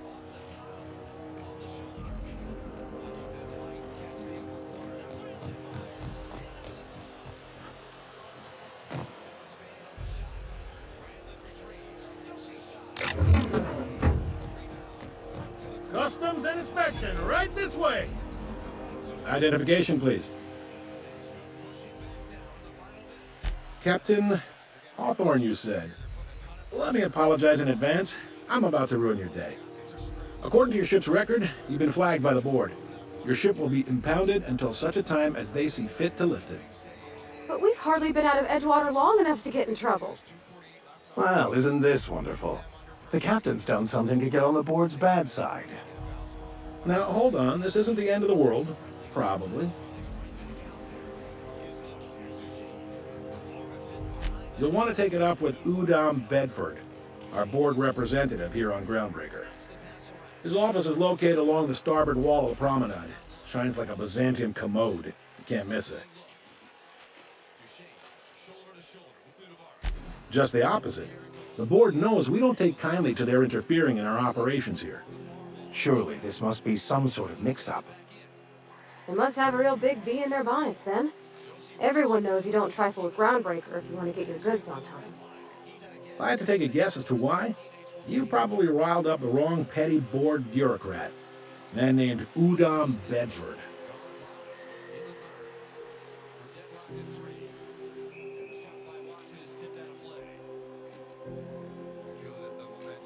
You take the starch out of him, well, you won't hear any complaints from me. Oh, and if you're headed that way, would you mind doing me a favor? Wanda Dorset over in sickbay, tell her the shipment's not in yet. It's not coming in anytime soon, and if she'd be so obliged to get off my ass about it. Much appreciated. Is there anything else I can help you with?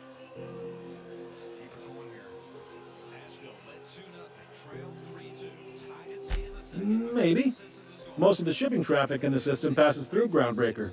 Every couple of months, we even get a big interstellar freighter. Two biggest operations are the board, that is, Halcyon Holdings and Sublight Salvage. But there are independent operators around the promenade deck. Most of those jobs are going to take you off station, though.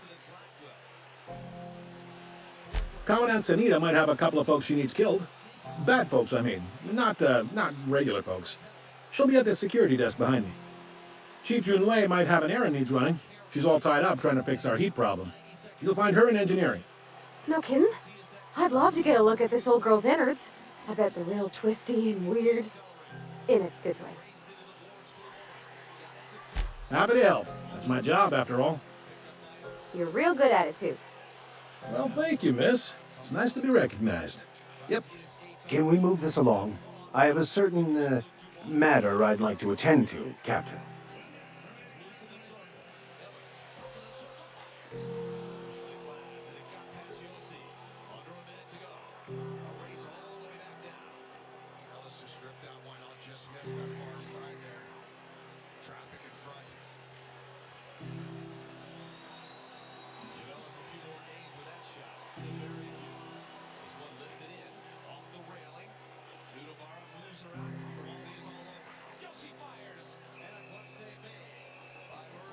Are you pulling my leg?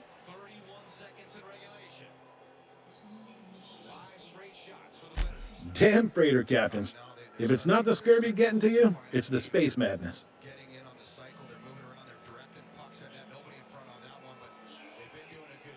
All right.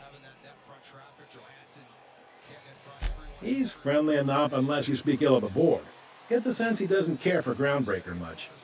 Not that he would, being a board man and all. He's our liaison.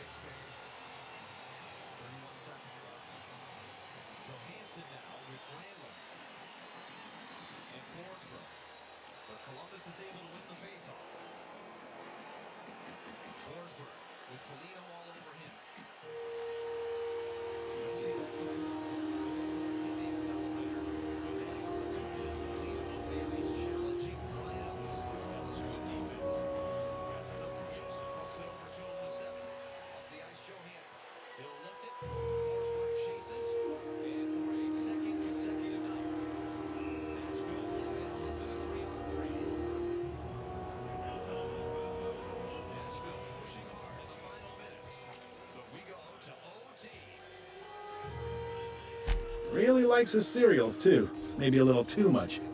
Bit of a weird bird, all told. Don't see what's so wrong about liking cereals. They're fun. Udon takes it to an, unhealthy level. The fence. You'll find her in the rest and go. On your left when you enter the promenade. Make sure you bring an empty belly. Be seeing you.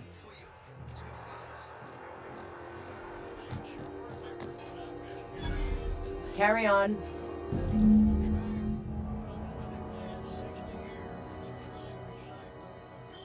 This is it. Security. I can check the departures registry to find out which crew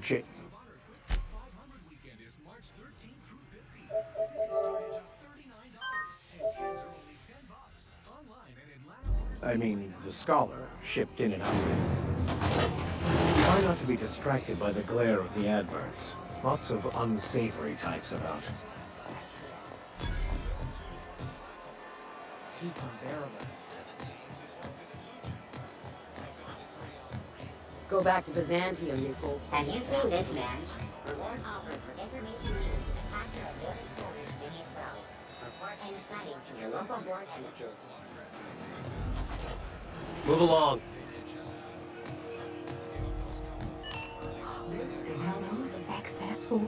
Thought there'd be more machinery. Must be housed on a sub-level. Junlei Tennyson. I'm captain around here, but chief to my friends. Hope you don't mind the formal introduction. Groundbreaker doesn't see many visitors. No, it isn't. It's a mess. But it's my mess, so I'll take the compliment. Just so we understand each other, I'm the final word on the ship. The Mardits, the crew, the engineers, their family. I hope there won't be any problems while you're visiting.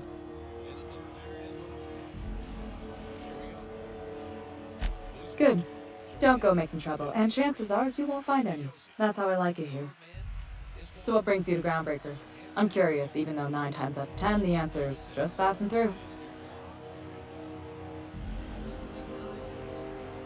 Interesting. The powers that be paint an ugly picture of Monarch. Critters and such. Maybe someone in the promenade can get you the right weapon for the job. We see a lot of the same faces coming and going. Most of them board spies and corporate sprats. Makes it hard to trust outsiders. You seem different, so welcome aboard. What? I didn't think you just... Parvati, is it? That's a lovely name. What can I do for you? I was just thinking, I haven't got much experience working with actual, real spaceships, Miss Junlei. Chief Junlei. Junlei is fine.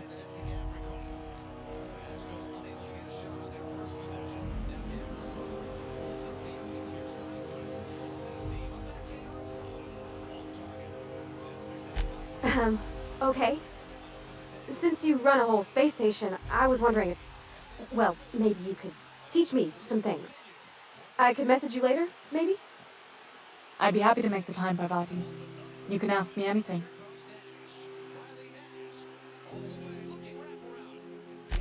Right. In person. Sure thing, Captain. Wow, great. I'll do that then. Messages. Later. Oh, your name's pretty too. I should have said... Sorry. I like it. Honest. Sorry.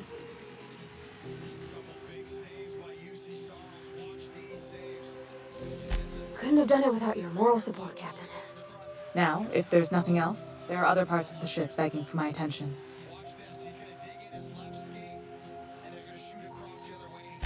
Groundbreaker's radiators need replacement parts. They're dumping superheated air into my ship.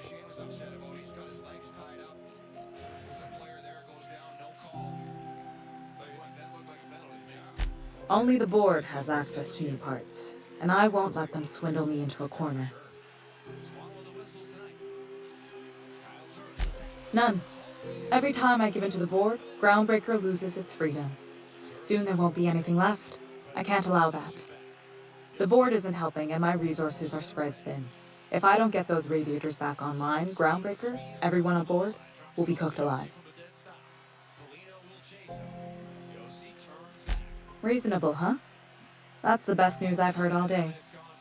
According to my grandmother's old schematics, the parts we need should be in the back bays. Hold on. There's something you should know before you go charging off. The back bays are on a lower deck, long abandoned and a haven for miscreants now.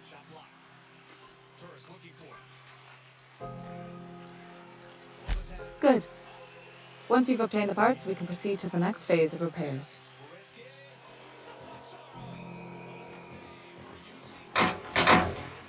This is Halcyon News. We interrupt your regularly...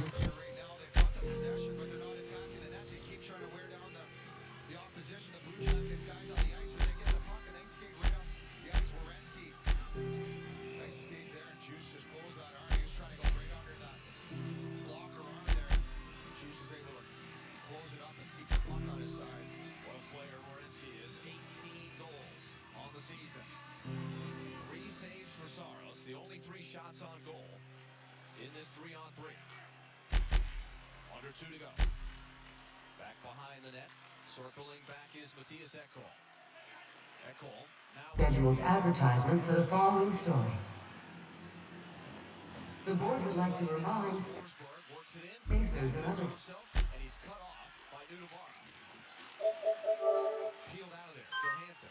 Backhand feed to Yossi. Yossi starts his drive.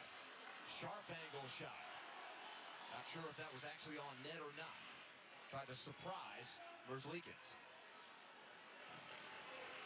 He was either trying to do that or maybe try to get that through to Ryan Johansson on the back door, but Columbus, again, had good position. A couple nice defensive plays there by Nudavara. Stretch pass to center red. Nathan Gerby. Running edge. Dropping off. Gerby shot. Oh, it just trickled wide. On the deflection, Nash was looking for it. Couldn't reach it. They still have it. Nash working in. And he's stopped by Sauce. The rebound sitting there. Taken there by Yossi. Yossi drives it ahead. Predators coming across 3-on-2. Yossi to the wing. And Duchesne pulls the trigger. Save made.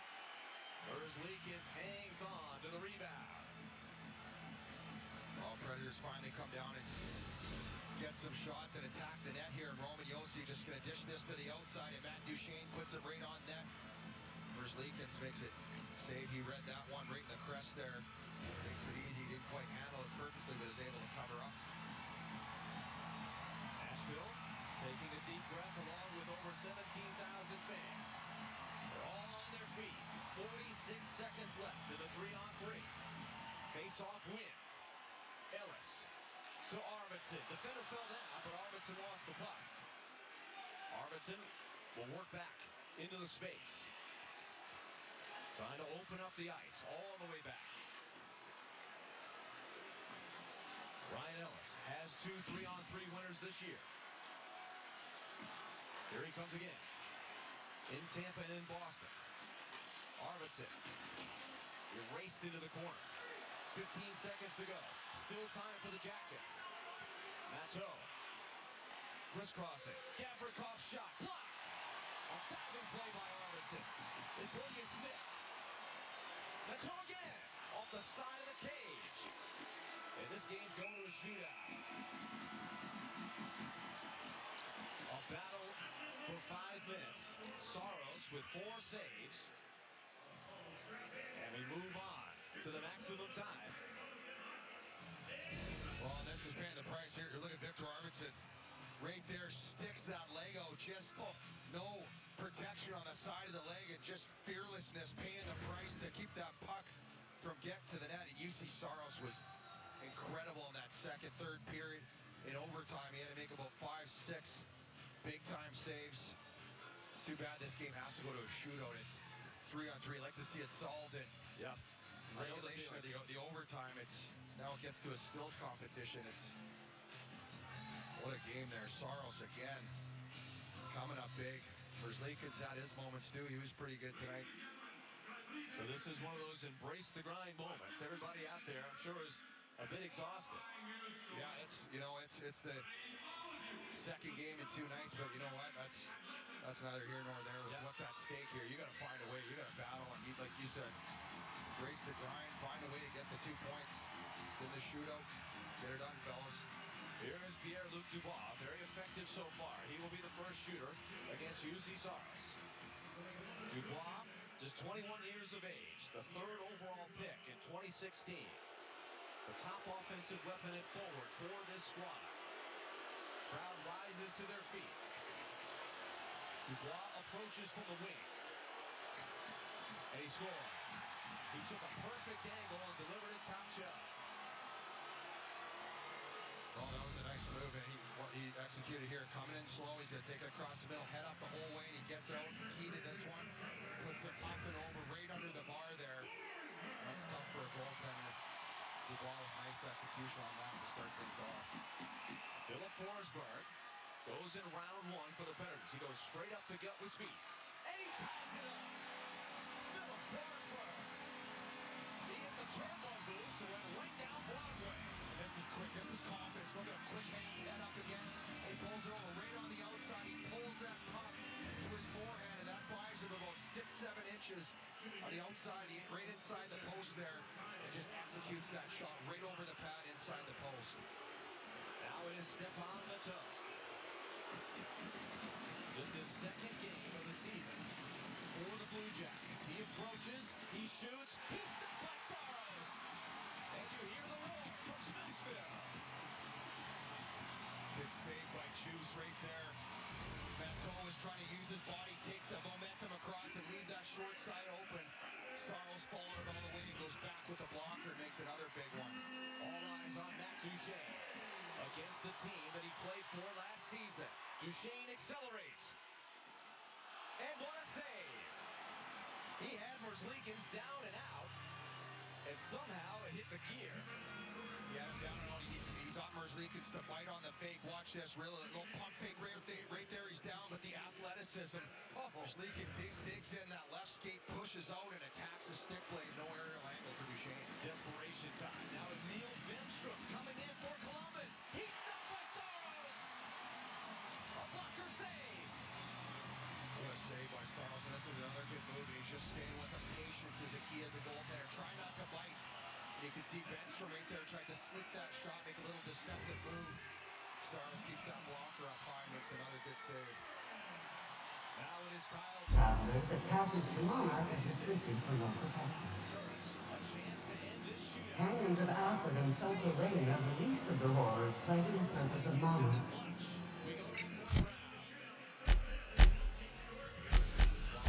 He's done this move. He turns his stick blade over and then shoots. He's trying to take away, not give any information to the goaltender, so you can't read that stick blade. Merzlikins just held his glove there. He didn't even really move. It just missed. Kyle Turris just missed the shot that he wanted to make. Anarchists live as one with the animals.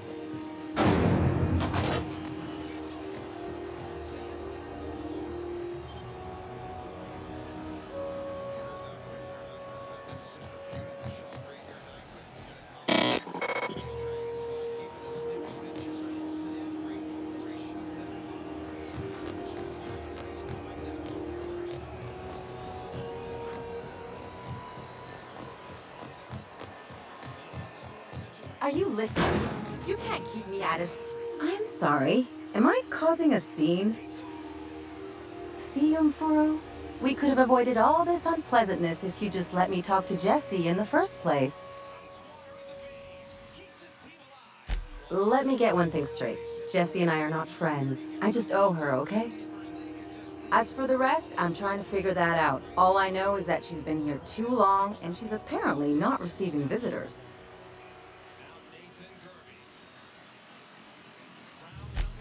Be my guest. If you know something I don't about dealing with hospital bureaucracy, I'll be impressed.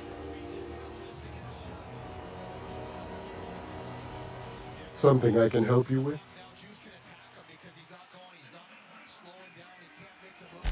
If only my other patients had so many inquiring after them. I'll tell you what I've told the others.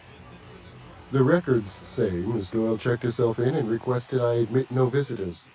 The requests of our patients are paramount, so no, you may not see her. She's not my patient.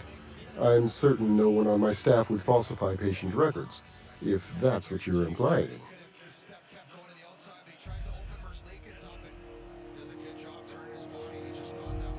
Not without dispensation from Chief Junlei, I fear. Supplies are hard to come by out here.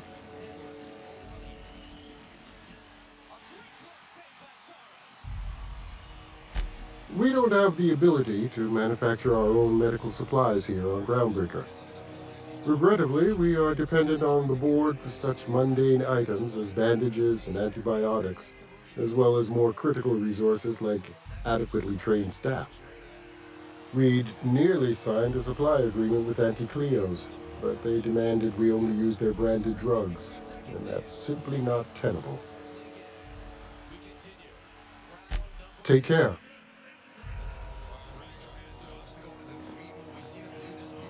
Good luck getting to Jessie, and better luck if you do.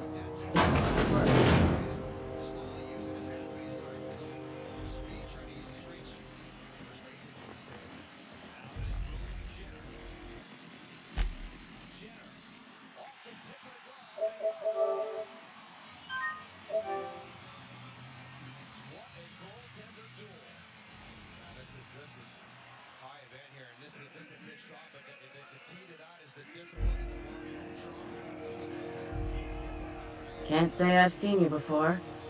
I take it you're a freighter captain? If you're here to better yourself, you'll have to wait. We're having a spot of trouble with our delivery service.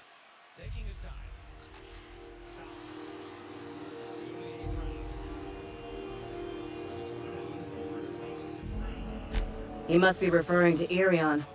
I'm sure the fool's gotten himself into another scrape. I'm beginning to wonder if I'm ever gonna get my service mechanicals at this rate.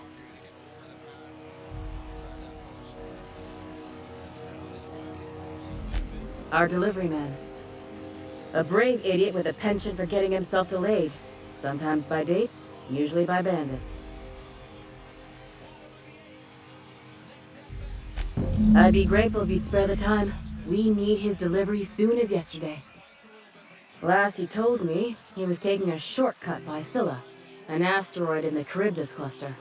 That's where I'd start, were I the adventuring type. You look out, though. The place is probably crawling with outlaws.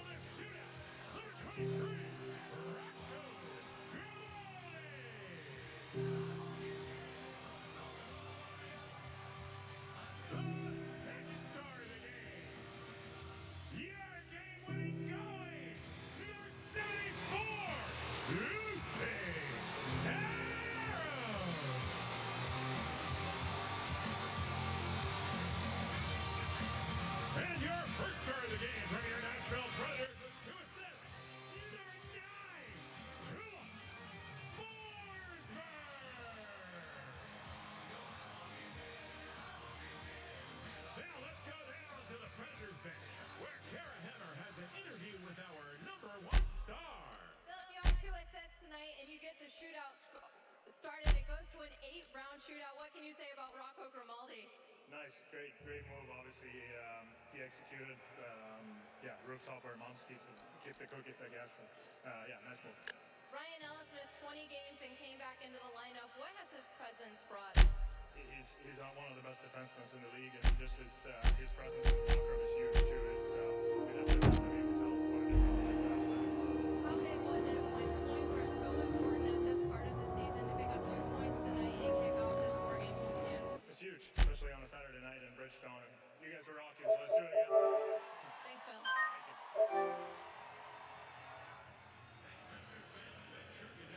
Philip Forsberg showing a little bit of love to the home crowd. Thanks so much, Carrots. It's the final score.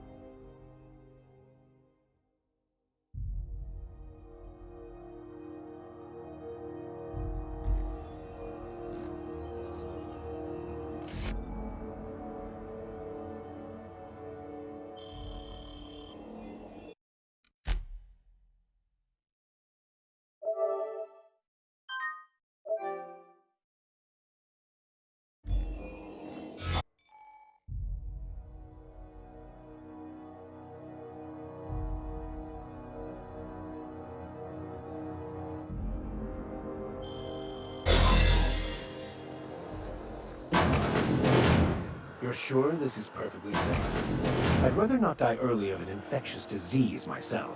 To the last Ratchet on Rutton time, leave me in peace! You hull-headed quacks do know that restful recuperation requires not being disturbed, don't you? What? Why? Everything's fine. We're all fine here. No need for her to be worrying her pretty little head about me. I'm just terrible, dreadful sick is all. Got a cough that won't quit and sores all over my body. Highly, lethally contagious. But I'll be fine, so long as I'm left alone.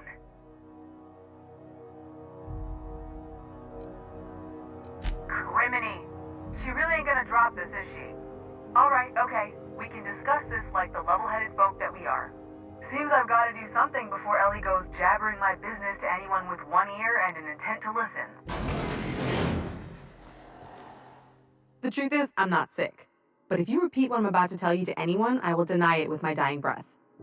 You, ain't with the board, are you? See, I owe them a lot, I might have missed a payment or two, and the other night I swear someone was following me back to my room. So I holed up here to lay low.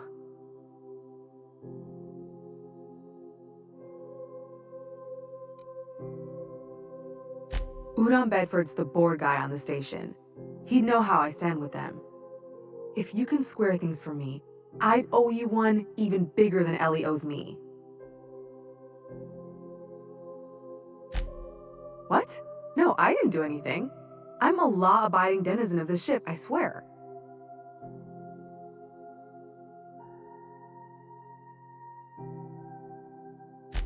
Think? No. I recognize a contracted killer when I see one, thank you. In my line of work, that's a skill you develop during week 1, assuming you want to keep breathing. Alright, I'll fess this part up too, if it means you'll help me. I'm a thief. I specialize in particularly high-end and historically valuable items.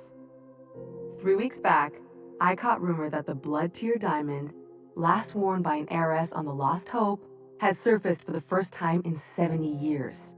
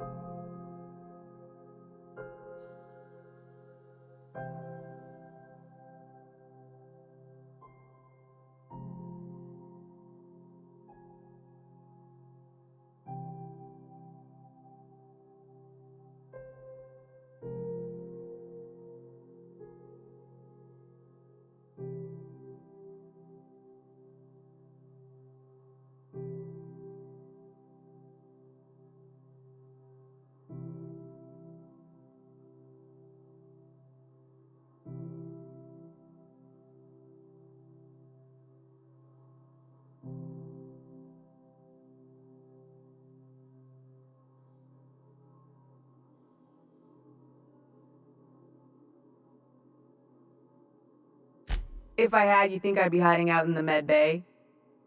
I was gonna steal it, lined up Udom as my buyer. He paid half up front to finance the operation.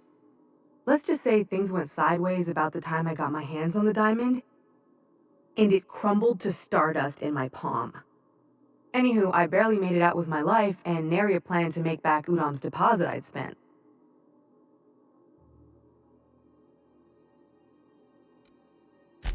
Thanks for helping me with the board. You're a real pal. Or I guess I should say, Ellie is one, huh?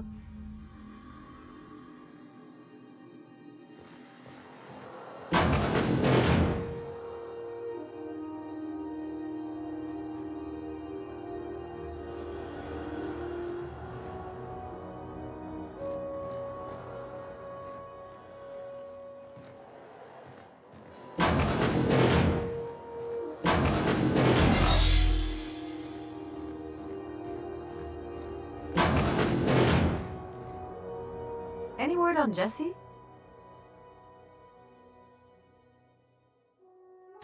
Good luck. The board's got an office on the promenade just before engineering. You can't miss it.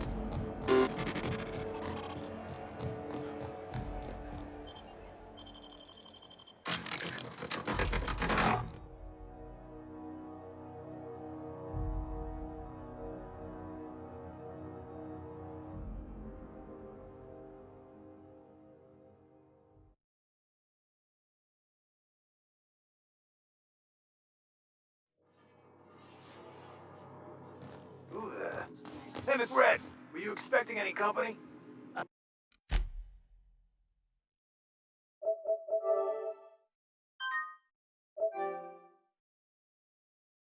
A neighbor from above approaches our realm. Back away now, or you'll parley with the king. Look at this ripe piece of meat just sizzling on the grill. Yum, yum. Time to feed the flames. It's nothing personal. Promise. Is this what carbon monoxide poisoning looks like? I don't think this deck is too well ventilated. Speaking for myself, Captain, I am not of a mind to be murdered by a psychopath who plays with fire. You came with the crew. Welcome. We got plenty of space to spread out, but only room for one captain.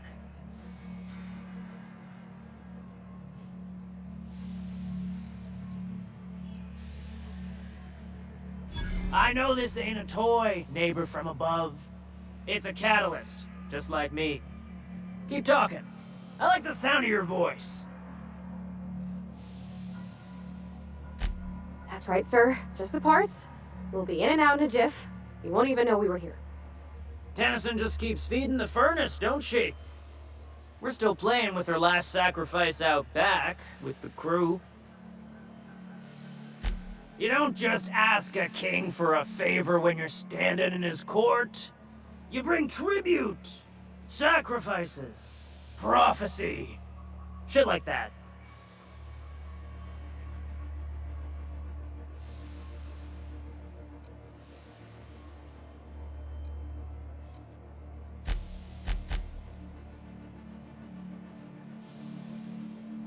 Here they come!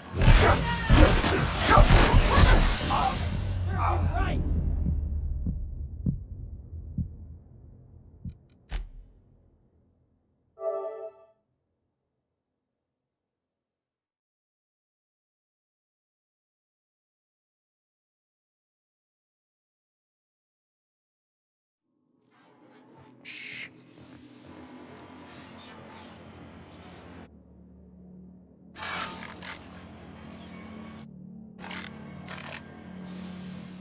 Look at this ripe piece of meat just sizzling on the grill. Yum, yum. Time to feed the flames. It's nothing personal. Promise. Is this what carbon monoxide poisoning looks like? I don't think this deck is too well ventilated. Speaking for myself, Captain, I am not of a mind to be murdered by a psychopath who plays with fire. You came with the crew. Welcome. We got plenty of space to spread out, but only room for one captain. Woo! Look at the courage on this one! Lay it on me, boss. Give you a taste of that fiery primal spirit. That's right, sir. Just the parts. We'll be in and out in a jiff. You won't even know we were here. Tennyson just keeps feeding the furnace, don't she? We're still playing with her last sacrifice out back, with the crew. You don't just ask a king for a favor when you're standing in his court. You bring tribute, sacrifices, prophecy, shit like that. Here they come! Take cover!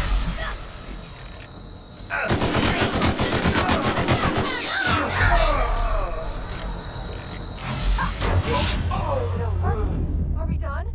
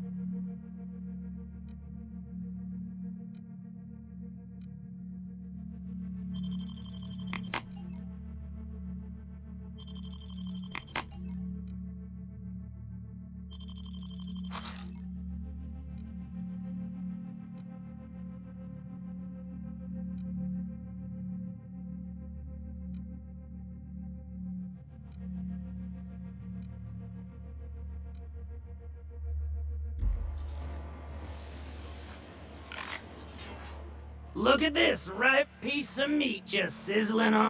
Time to. Is this... You came with the.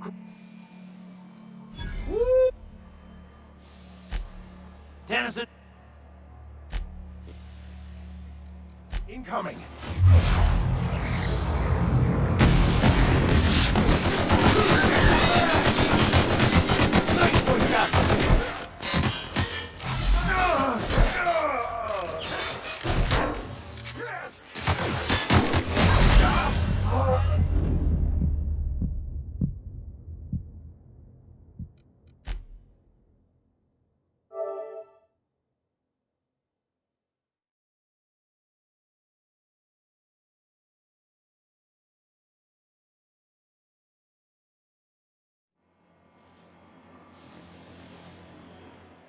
Time to. Is it... You came. Ten. Here they come.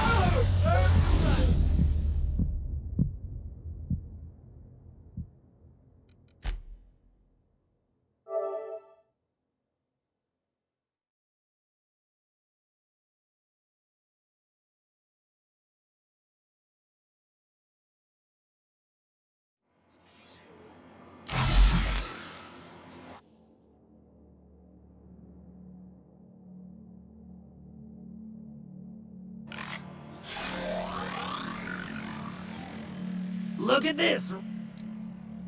You came. Tennis. Here they go.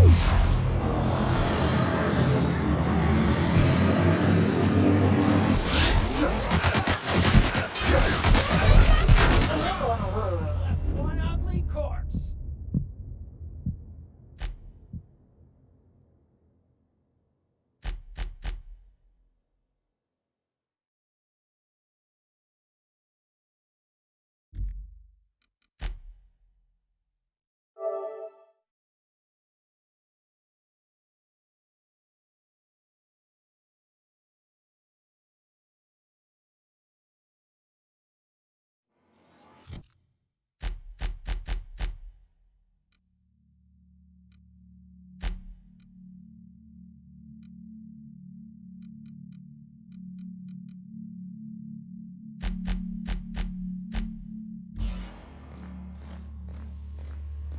Okay, I'm going.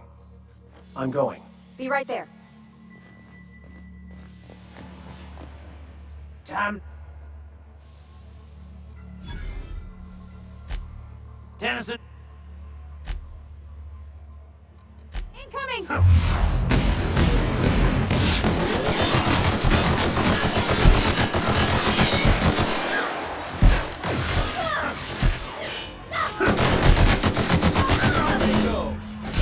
I'm going.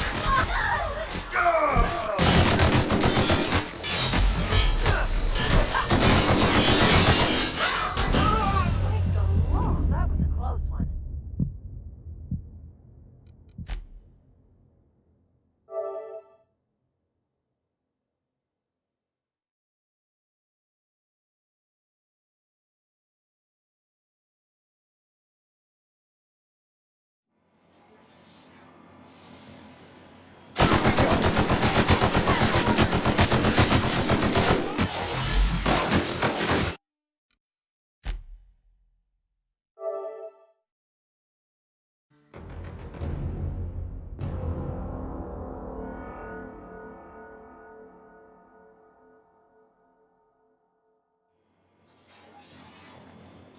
Look. You came. Tennyson. You know.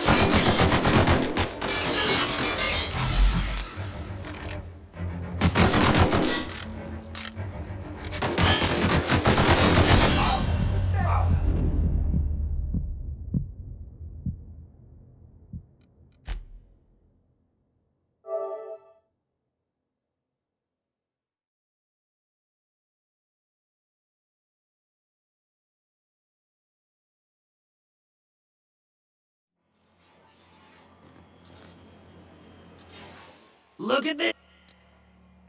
You came.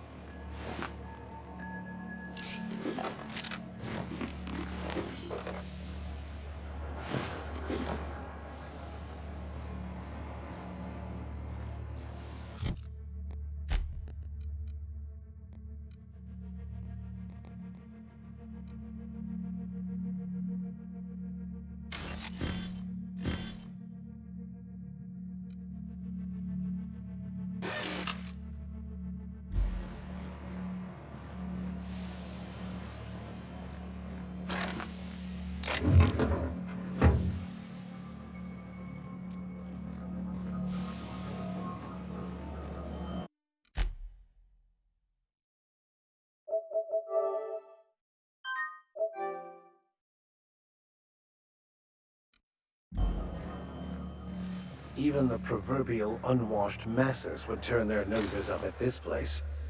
We'll cut them off.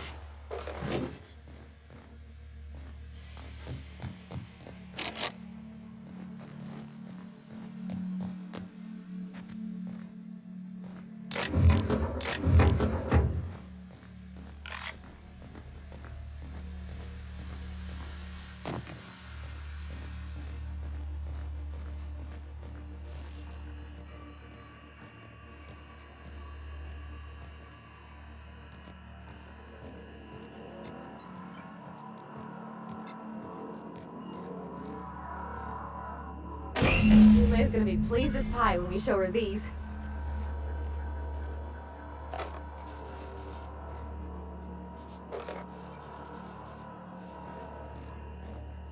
Whoa, Get ready!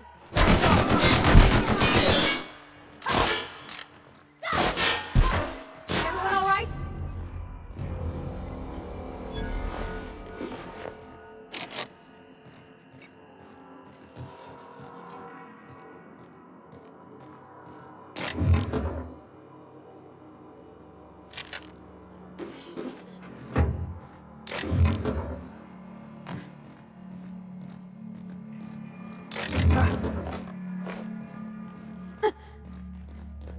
Can you imagine being frozen for 10 years, sailing through space in a room such as this?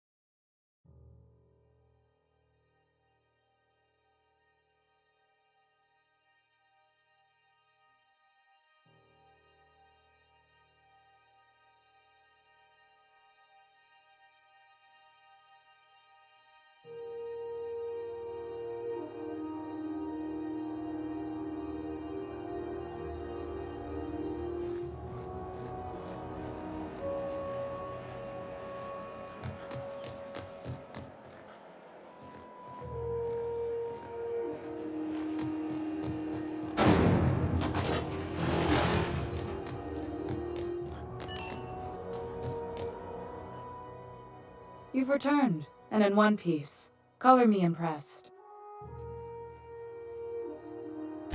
Good work. I'll take those. I need you to head through the large door at the far end of engineering. Take the elevator down into the machinery shaft. There's a terminal in the back. Activate it when I call over the ship's PA. And bring weapons. There's a slight mantipillar infestation.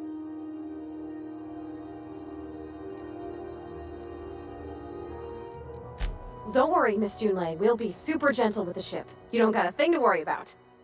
I mean, aside from fires and such. I'm genuinely heartened to hear that. Thank you.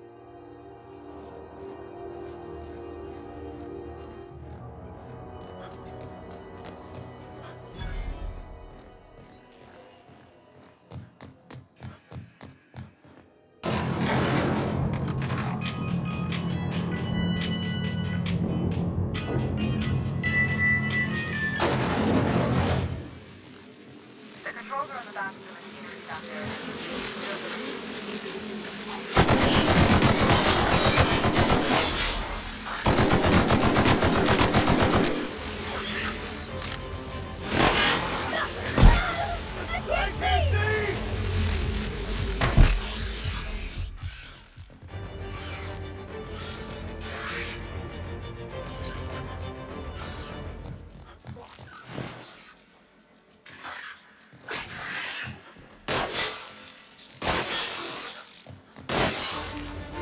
That's the last of them.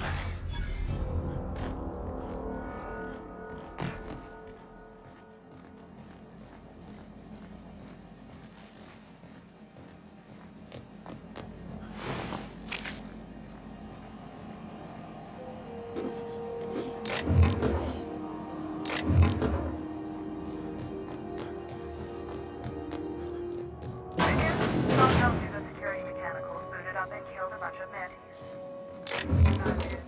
Diagnostic says their circuit boards are fused from the heat. They kill next. Sneak past if you can. Shoot fast. I can always fix them later.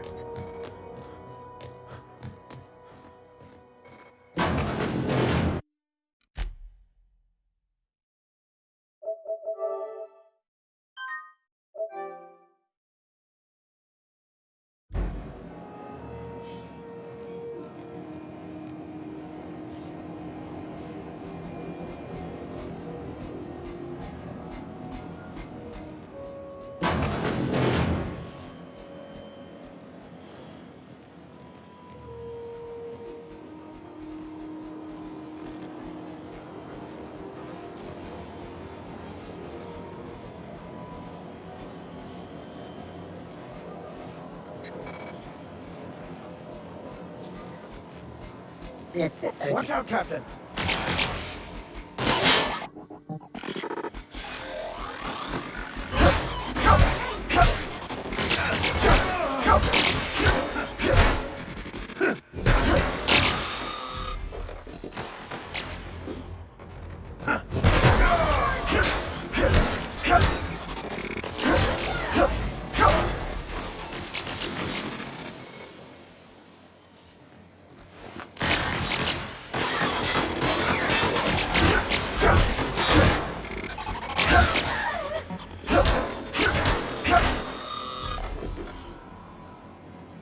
Here they come!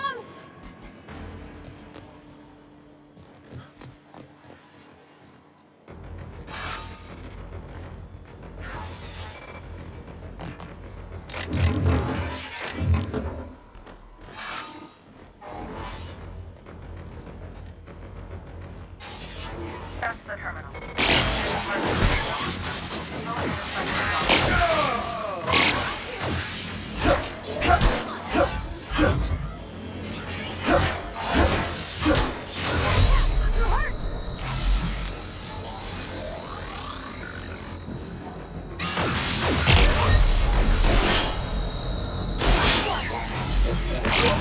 Threat level neutralized.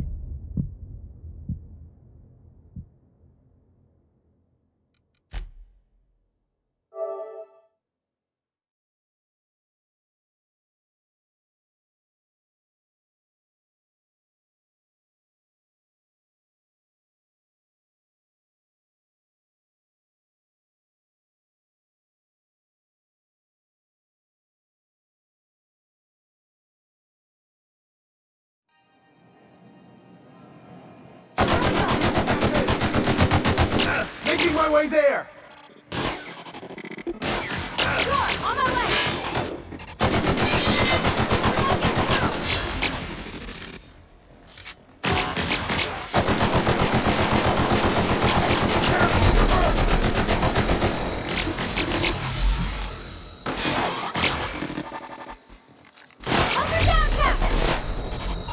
Well done.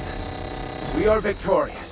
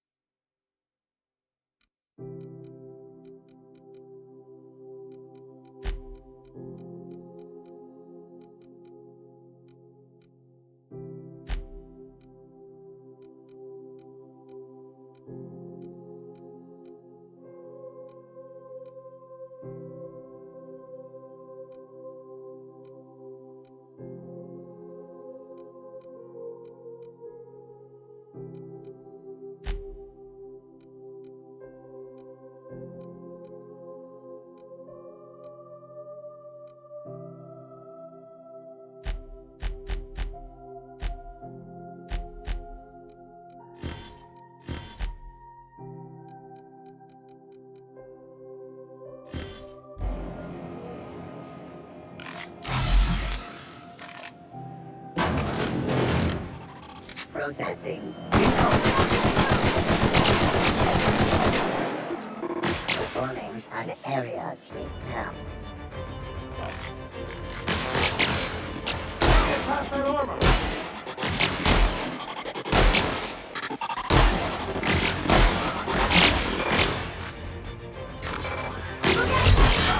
Now switching to garbage disposal mode.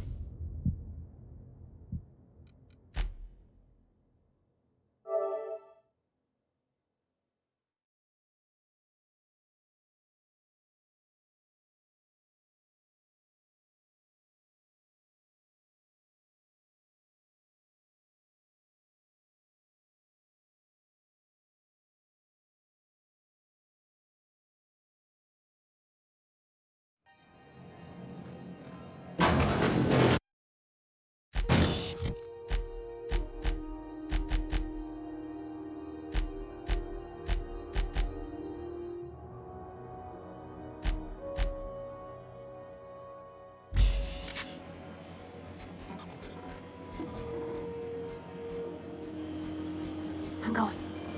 Unexpected.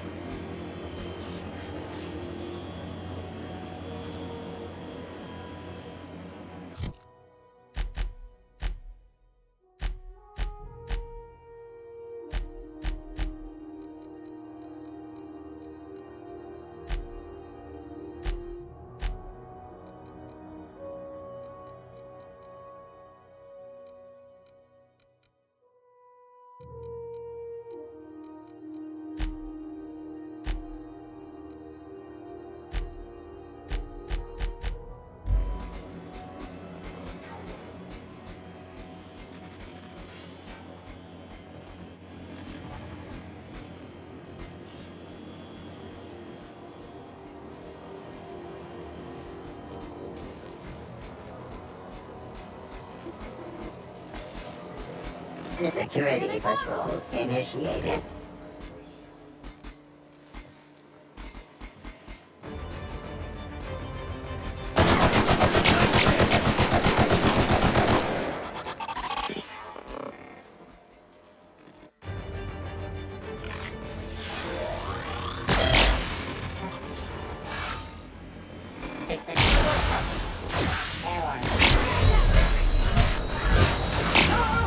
Exiting security enforcement mode.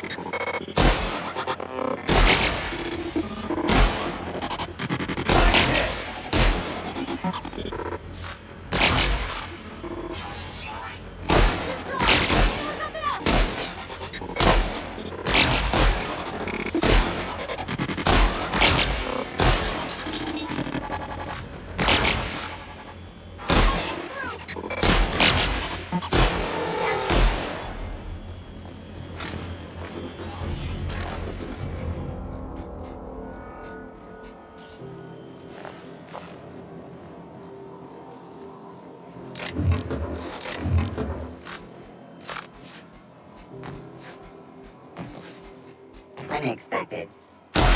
Here we go!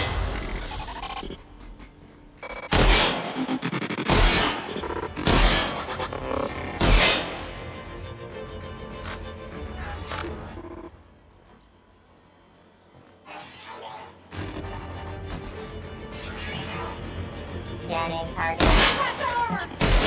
Object target. Security mark reacquired.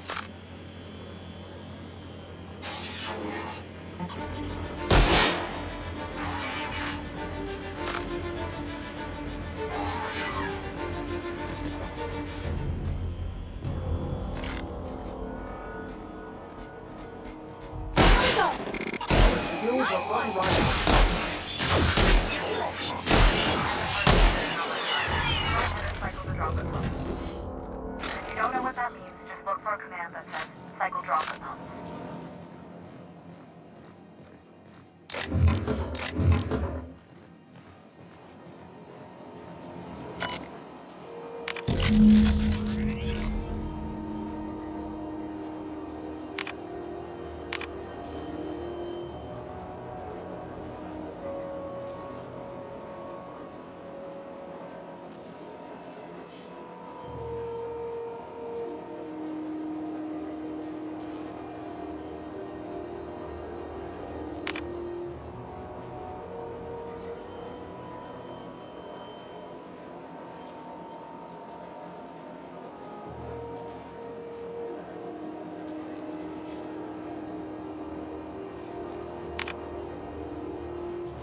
Done.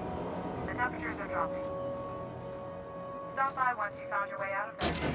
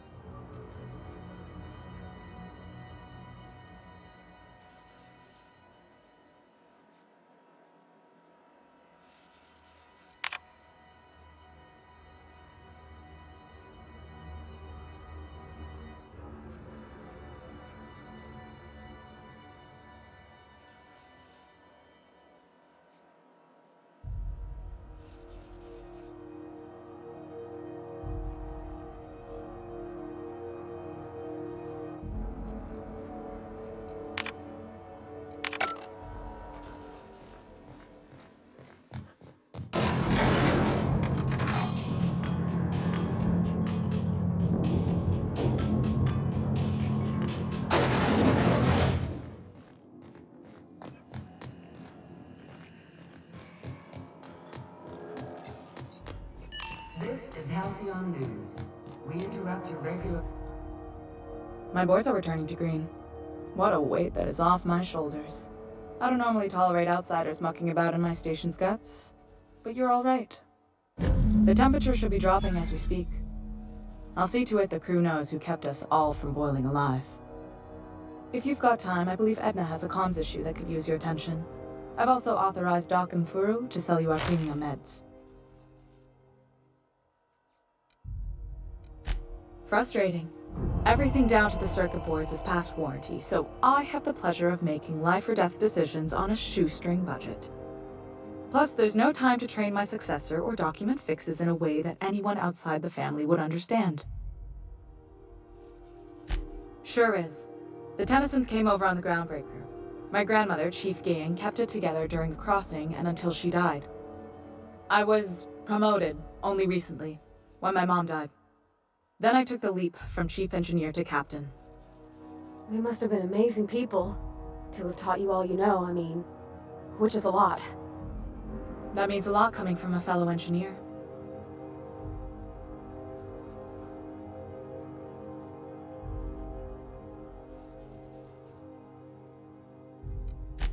Appreciate it.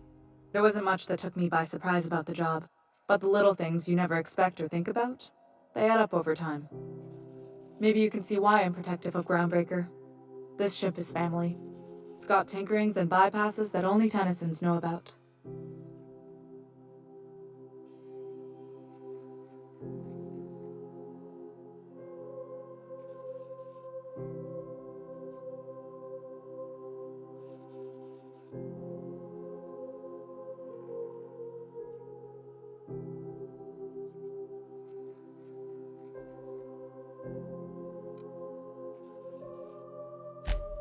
Oh, gosh.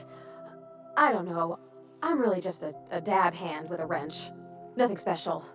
Not like a chief engineer. Don't sell yourself short. It doesn't take a seasoned pro to tinker on Groundbreaker. Just someone who knows how a ship ought to feel. We're always thirsting for help.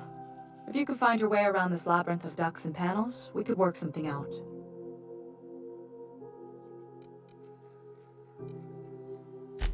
You've got my attention.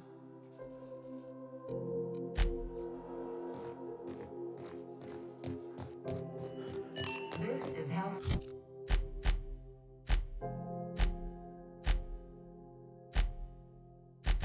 Beyond News.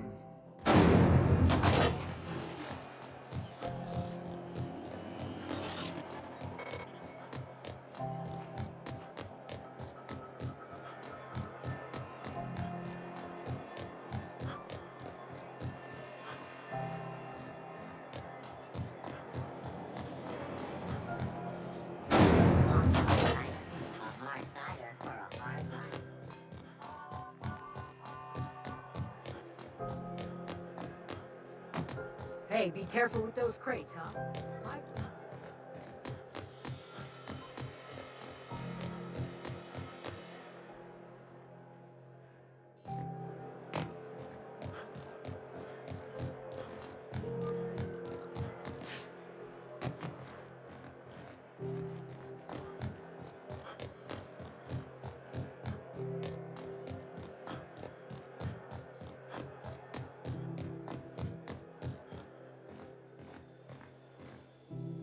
Hey there, you mind stepping back? This charming little ship's been impounded and I'm afraid I can't let you near it till it's not.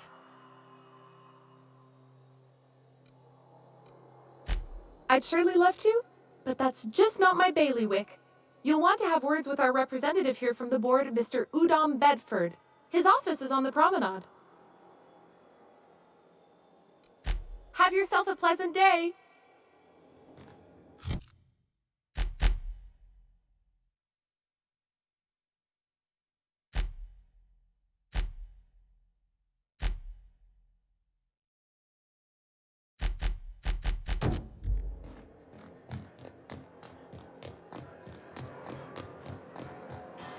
Heard from the lasses down on 22 that you did it.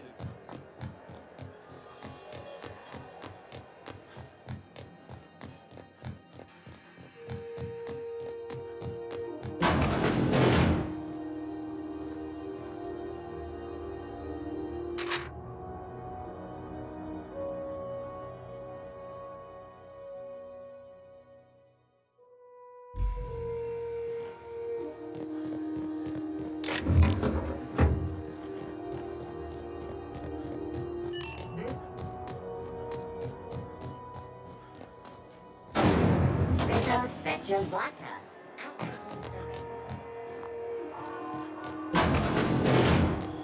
Ooh, can we rent an upstairs room?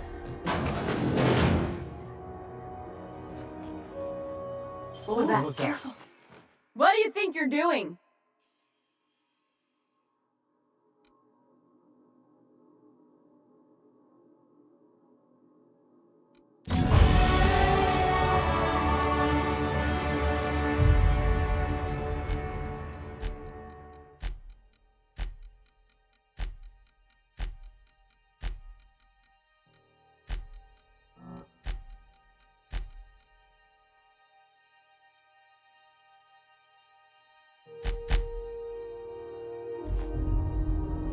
Bless my heart.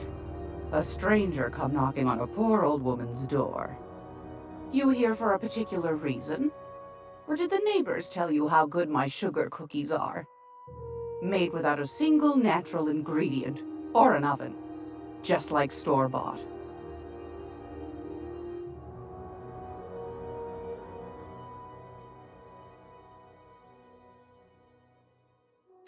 Those have been the height of illegality since Stellar Bay turned their noses up at the board. You and I could be thrown to the void just for discussing such a transaction. Lucky for us, Groundbreaker's a free port. We're outside of the board's control. For the time being, at least. Now, I only have the one nav key. And they're hard to come by these days. It won't be cheap. if you find yourself lacking in the bits, I might have an opportunity you'd be interested in.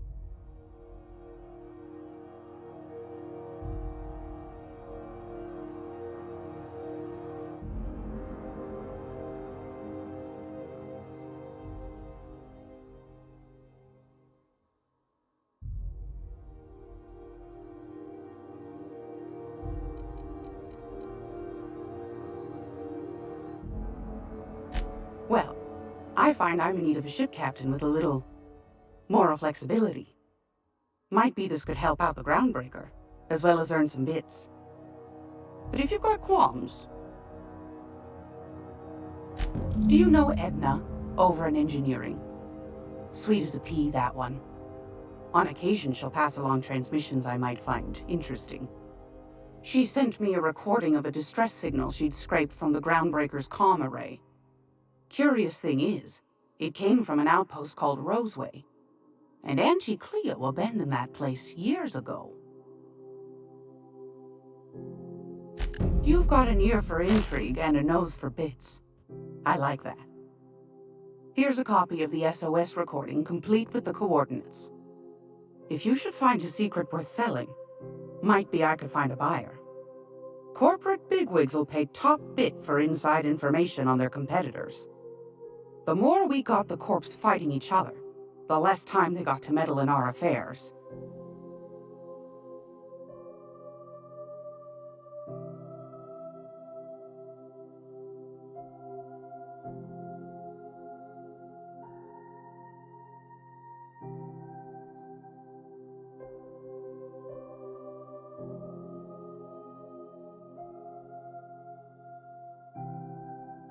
Don't forget to come find old Gladys when you're done.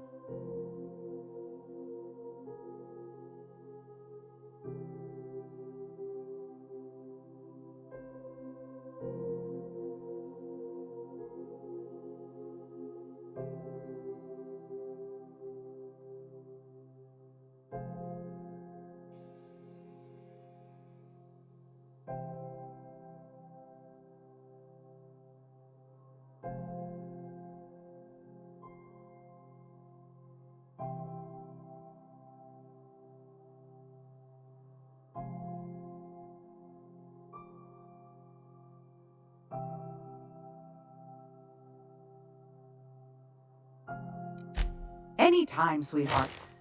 You know where to find me. Here, take a candy with you.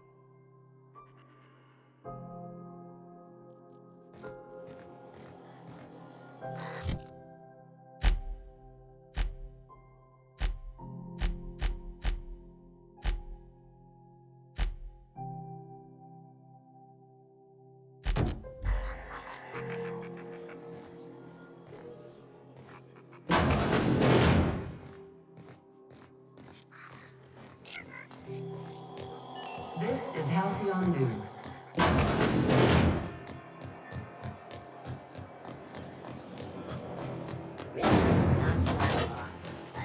I had a question about your plan, Mr. Vicker. Of course. The cosmos is generated and directed by the universal equation, also known as the Grand Plan. By contemplating the teleological order of things, one can achieve verity. Oh,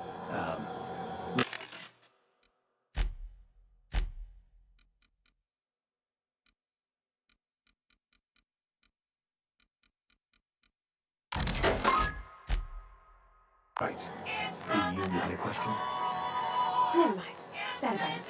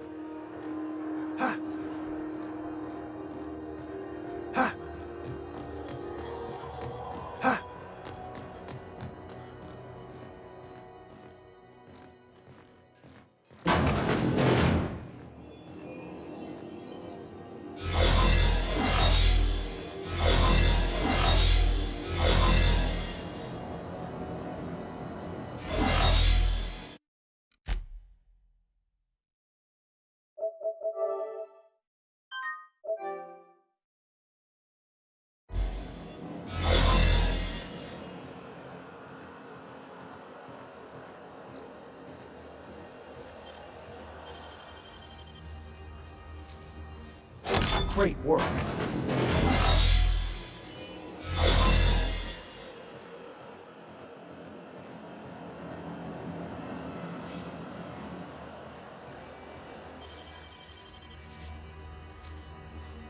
Great work! There it is.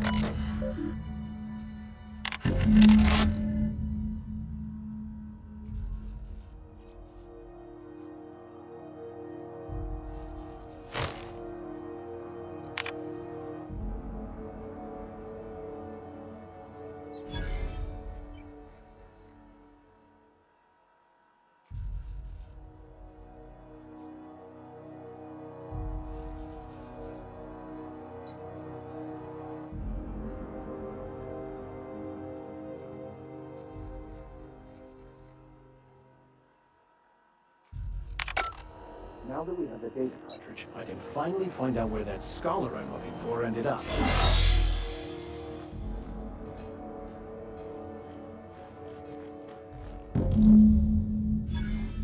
Got it. His name is Reginald Cheney, and he joined a sublight salvage crew. Only he's not listed on the return manifest. Must have made landfall somewhere he wasn't supposed to. Ah, yes. Here. There's a domicile on Monarch in Fallbrook, rented to the same bit cart he used to buy his seat on the salvage ship. I should have guessed. What better place to lay low if you wish to avoid the authorities?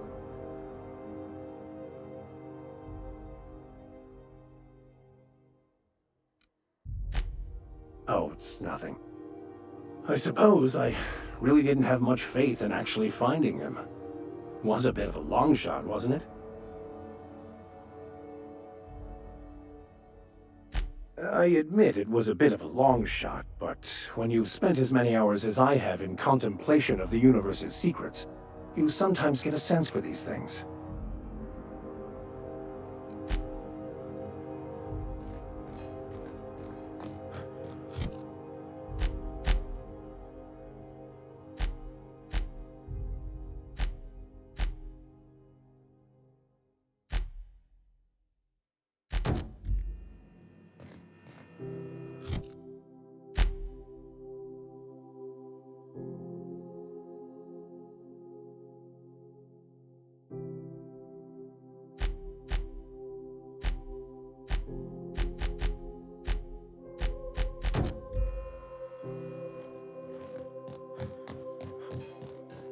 wants to play an impromptu tossball match? With those Purpleberry punch.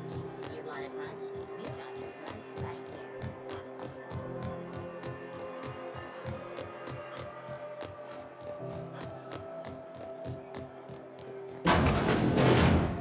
Ah, the board. Organized, efficient, competent. Well, most.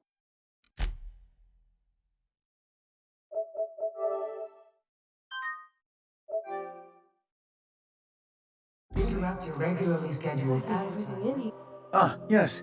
Wheeler messaged me you were coming. He must be the captain of the Unreliable, a vessel that used to be helmed by one Alex Hawthorne. And you are not he. Has something happened to my favorite scruffy freelancer?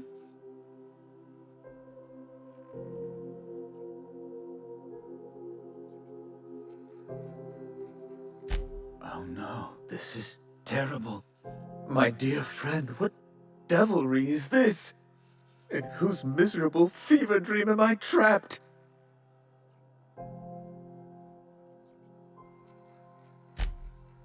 Oh, Alex. There were so many arguments we'd yet to have. He was my dearest friend. My only friend. You have his ship, you must know. That picture of us on the promenade, me hugging him, him wincing.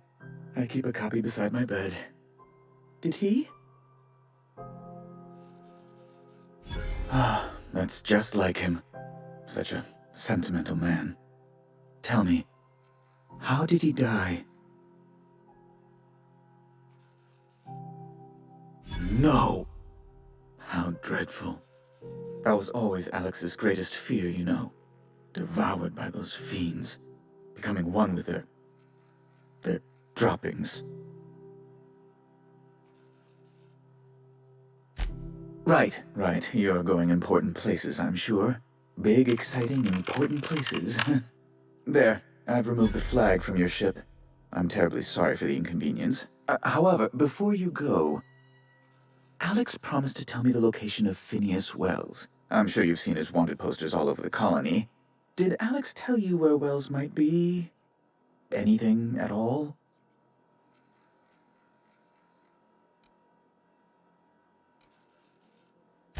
You haven't read the posters? He's a terrorist, a thief, a madman. It's really in the colony's best interest that we stop him before he does further harm.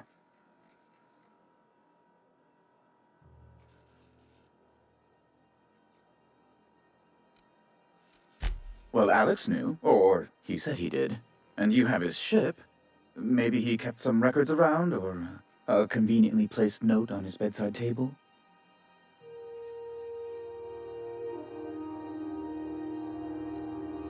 That's... well, that's just terrible news. Law, what am I going to do now? The board will have my head. Oh, I'm sorry. This is terribly unprofessional of me. Is there anything else I might help you with?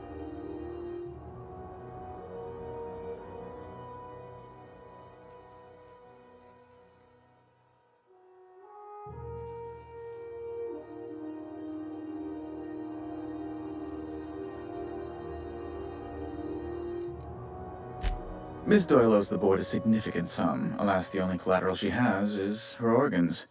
Compulsory donation is quite legal in such cases.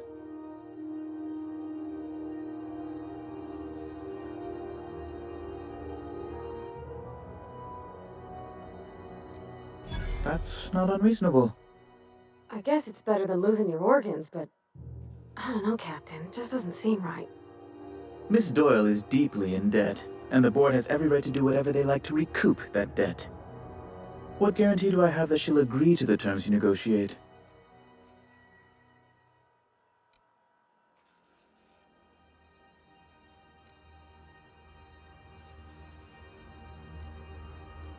You might be surprised. But we'll proceed on the assumption she'll be reasonable. I will recall my collection agent. Tell Miss Doyle to report to me promptly for her first assignment. Now, is there anything else you need, or can I return to my work?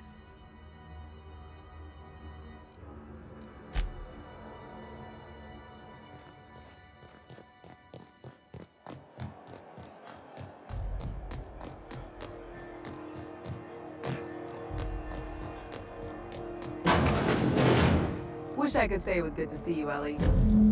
The good news came through the wireless. Looks like you paid my debt to Jesse. I guess that means I owe you now, right? Tell you what, I'm a little short on bits at the moment, but I'm a decent scrapper and a better than average sawbones. If you're looking for a medic, I can work my debt off.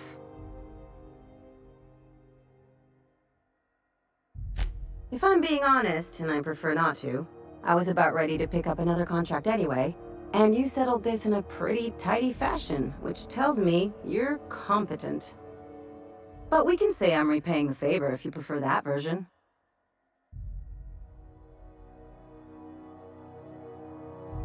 You won't be sorry. Though it looks like you've got a full roster already. Time to play favorites, Captain.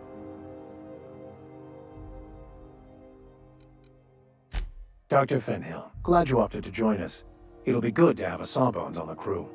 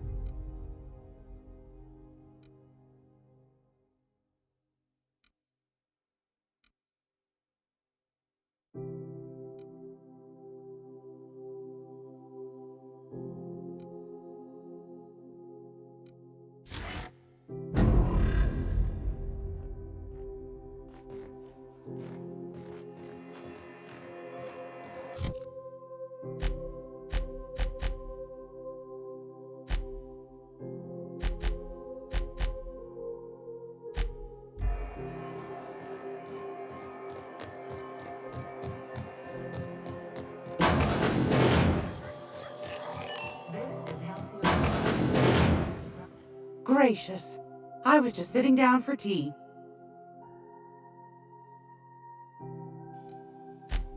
Yes, dearie? Take that darling ship of yours down to Roseway, where that distress signal I told you about came from. Shouldn't be too... Any...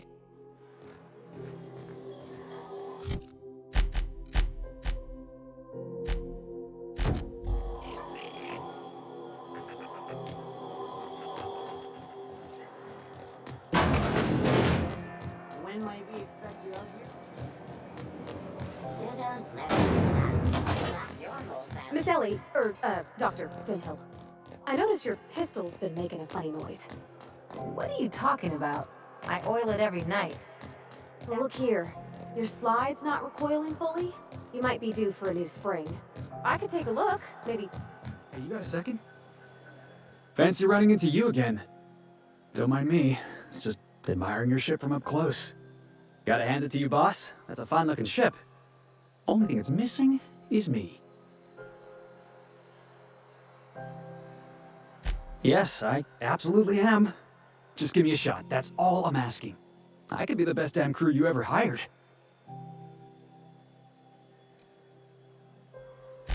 You're serious? You're giving me a shot? All right. Hang on.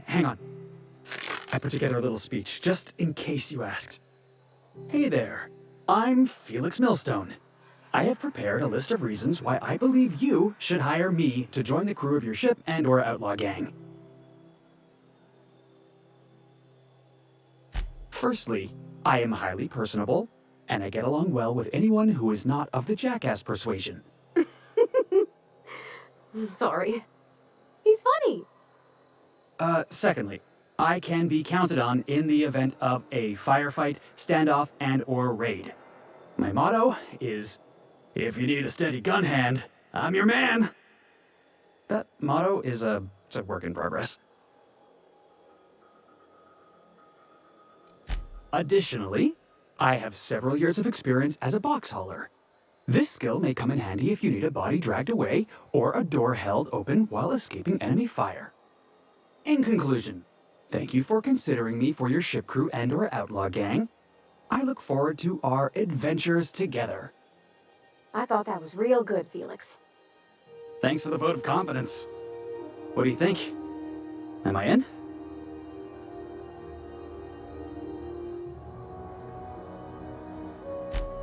Wow. You don't know how long I've been waiting to hear that. Thanks, boss. You're not gonna regret this. I'll just gather my personals and meet you on board. This is gonna be great. Well, this'll be interesting, huh?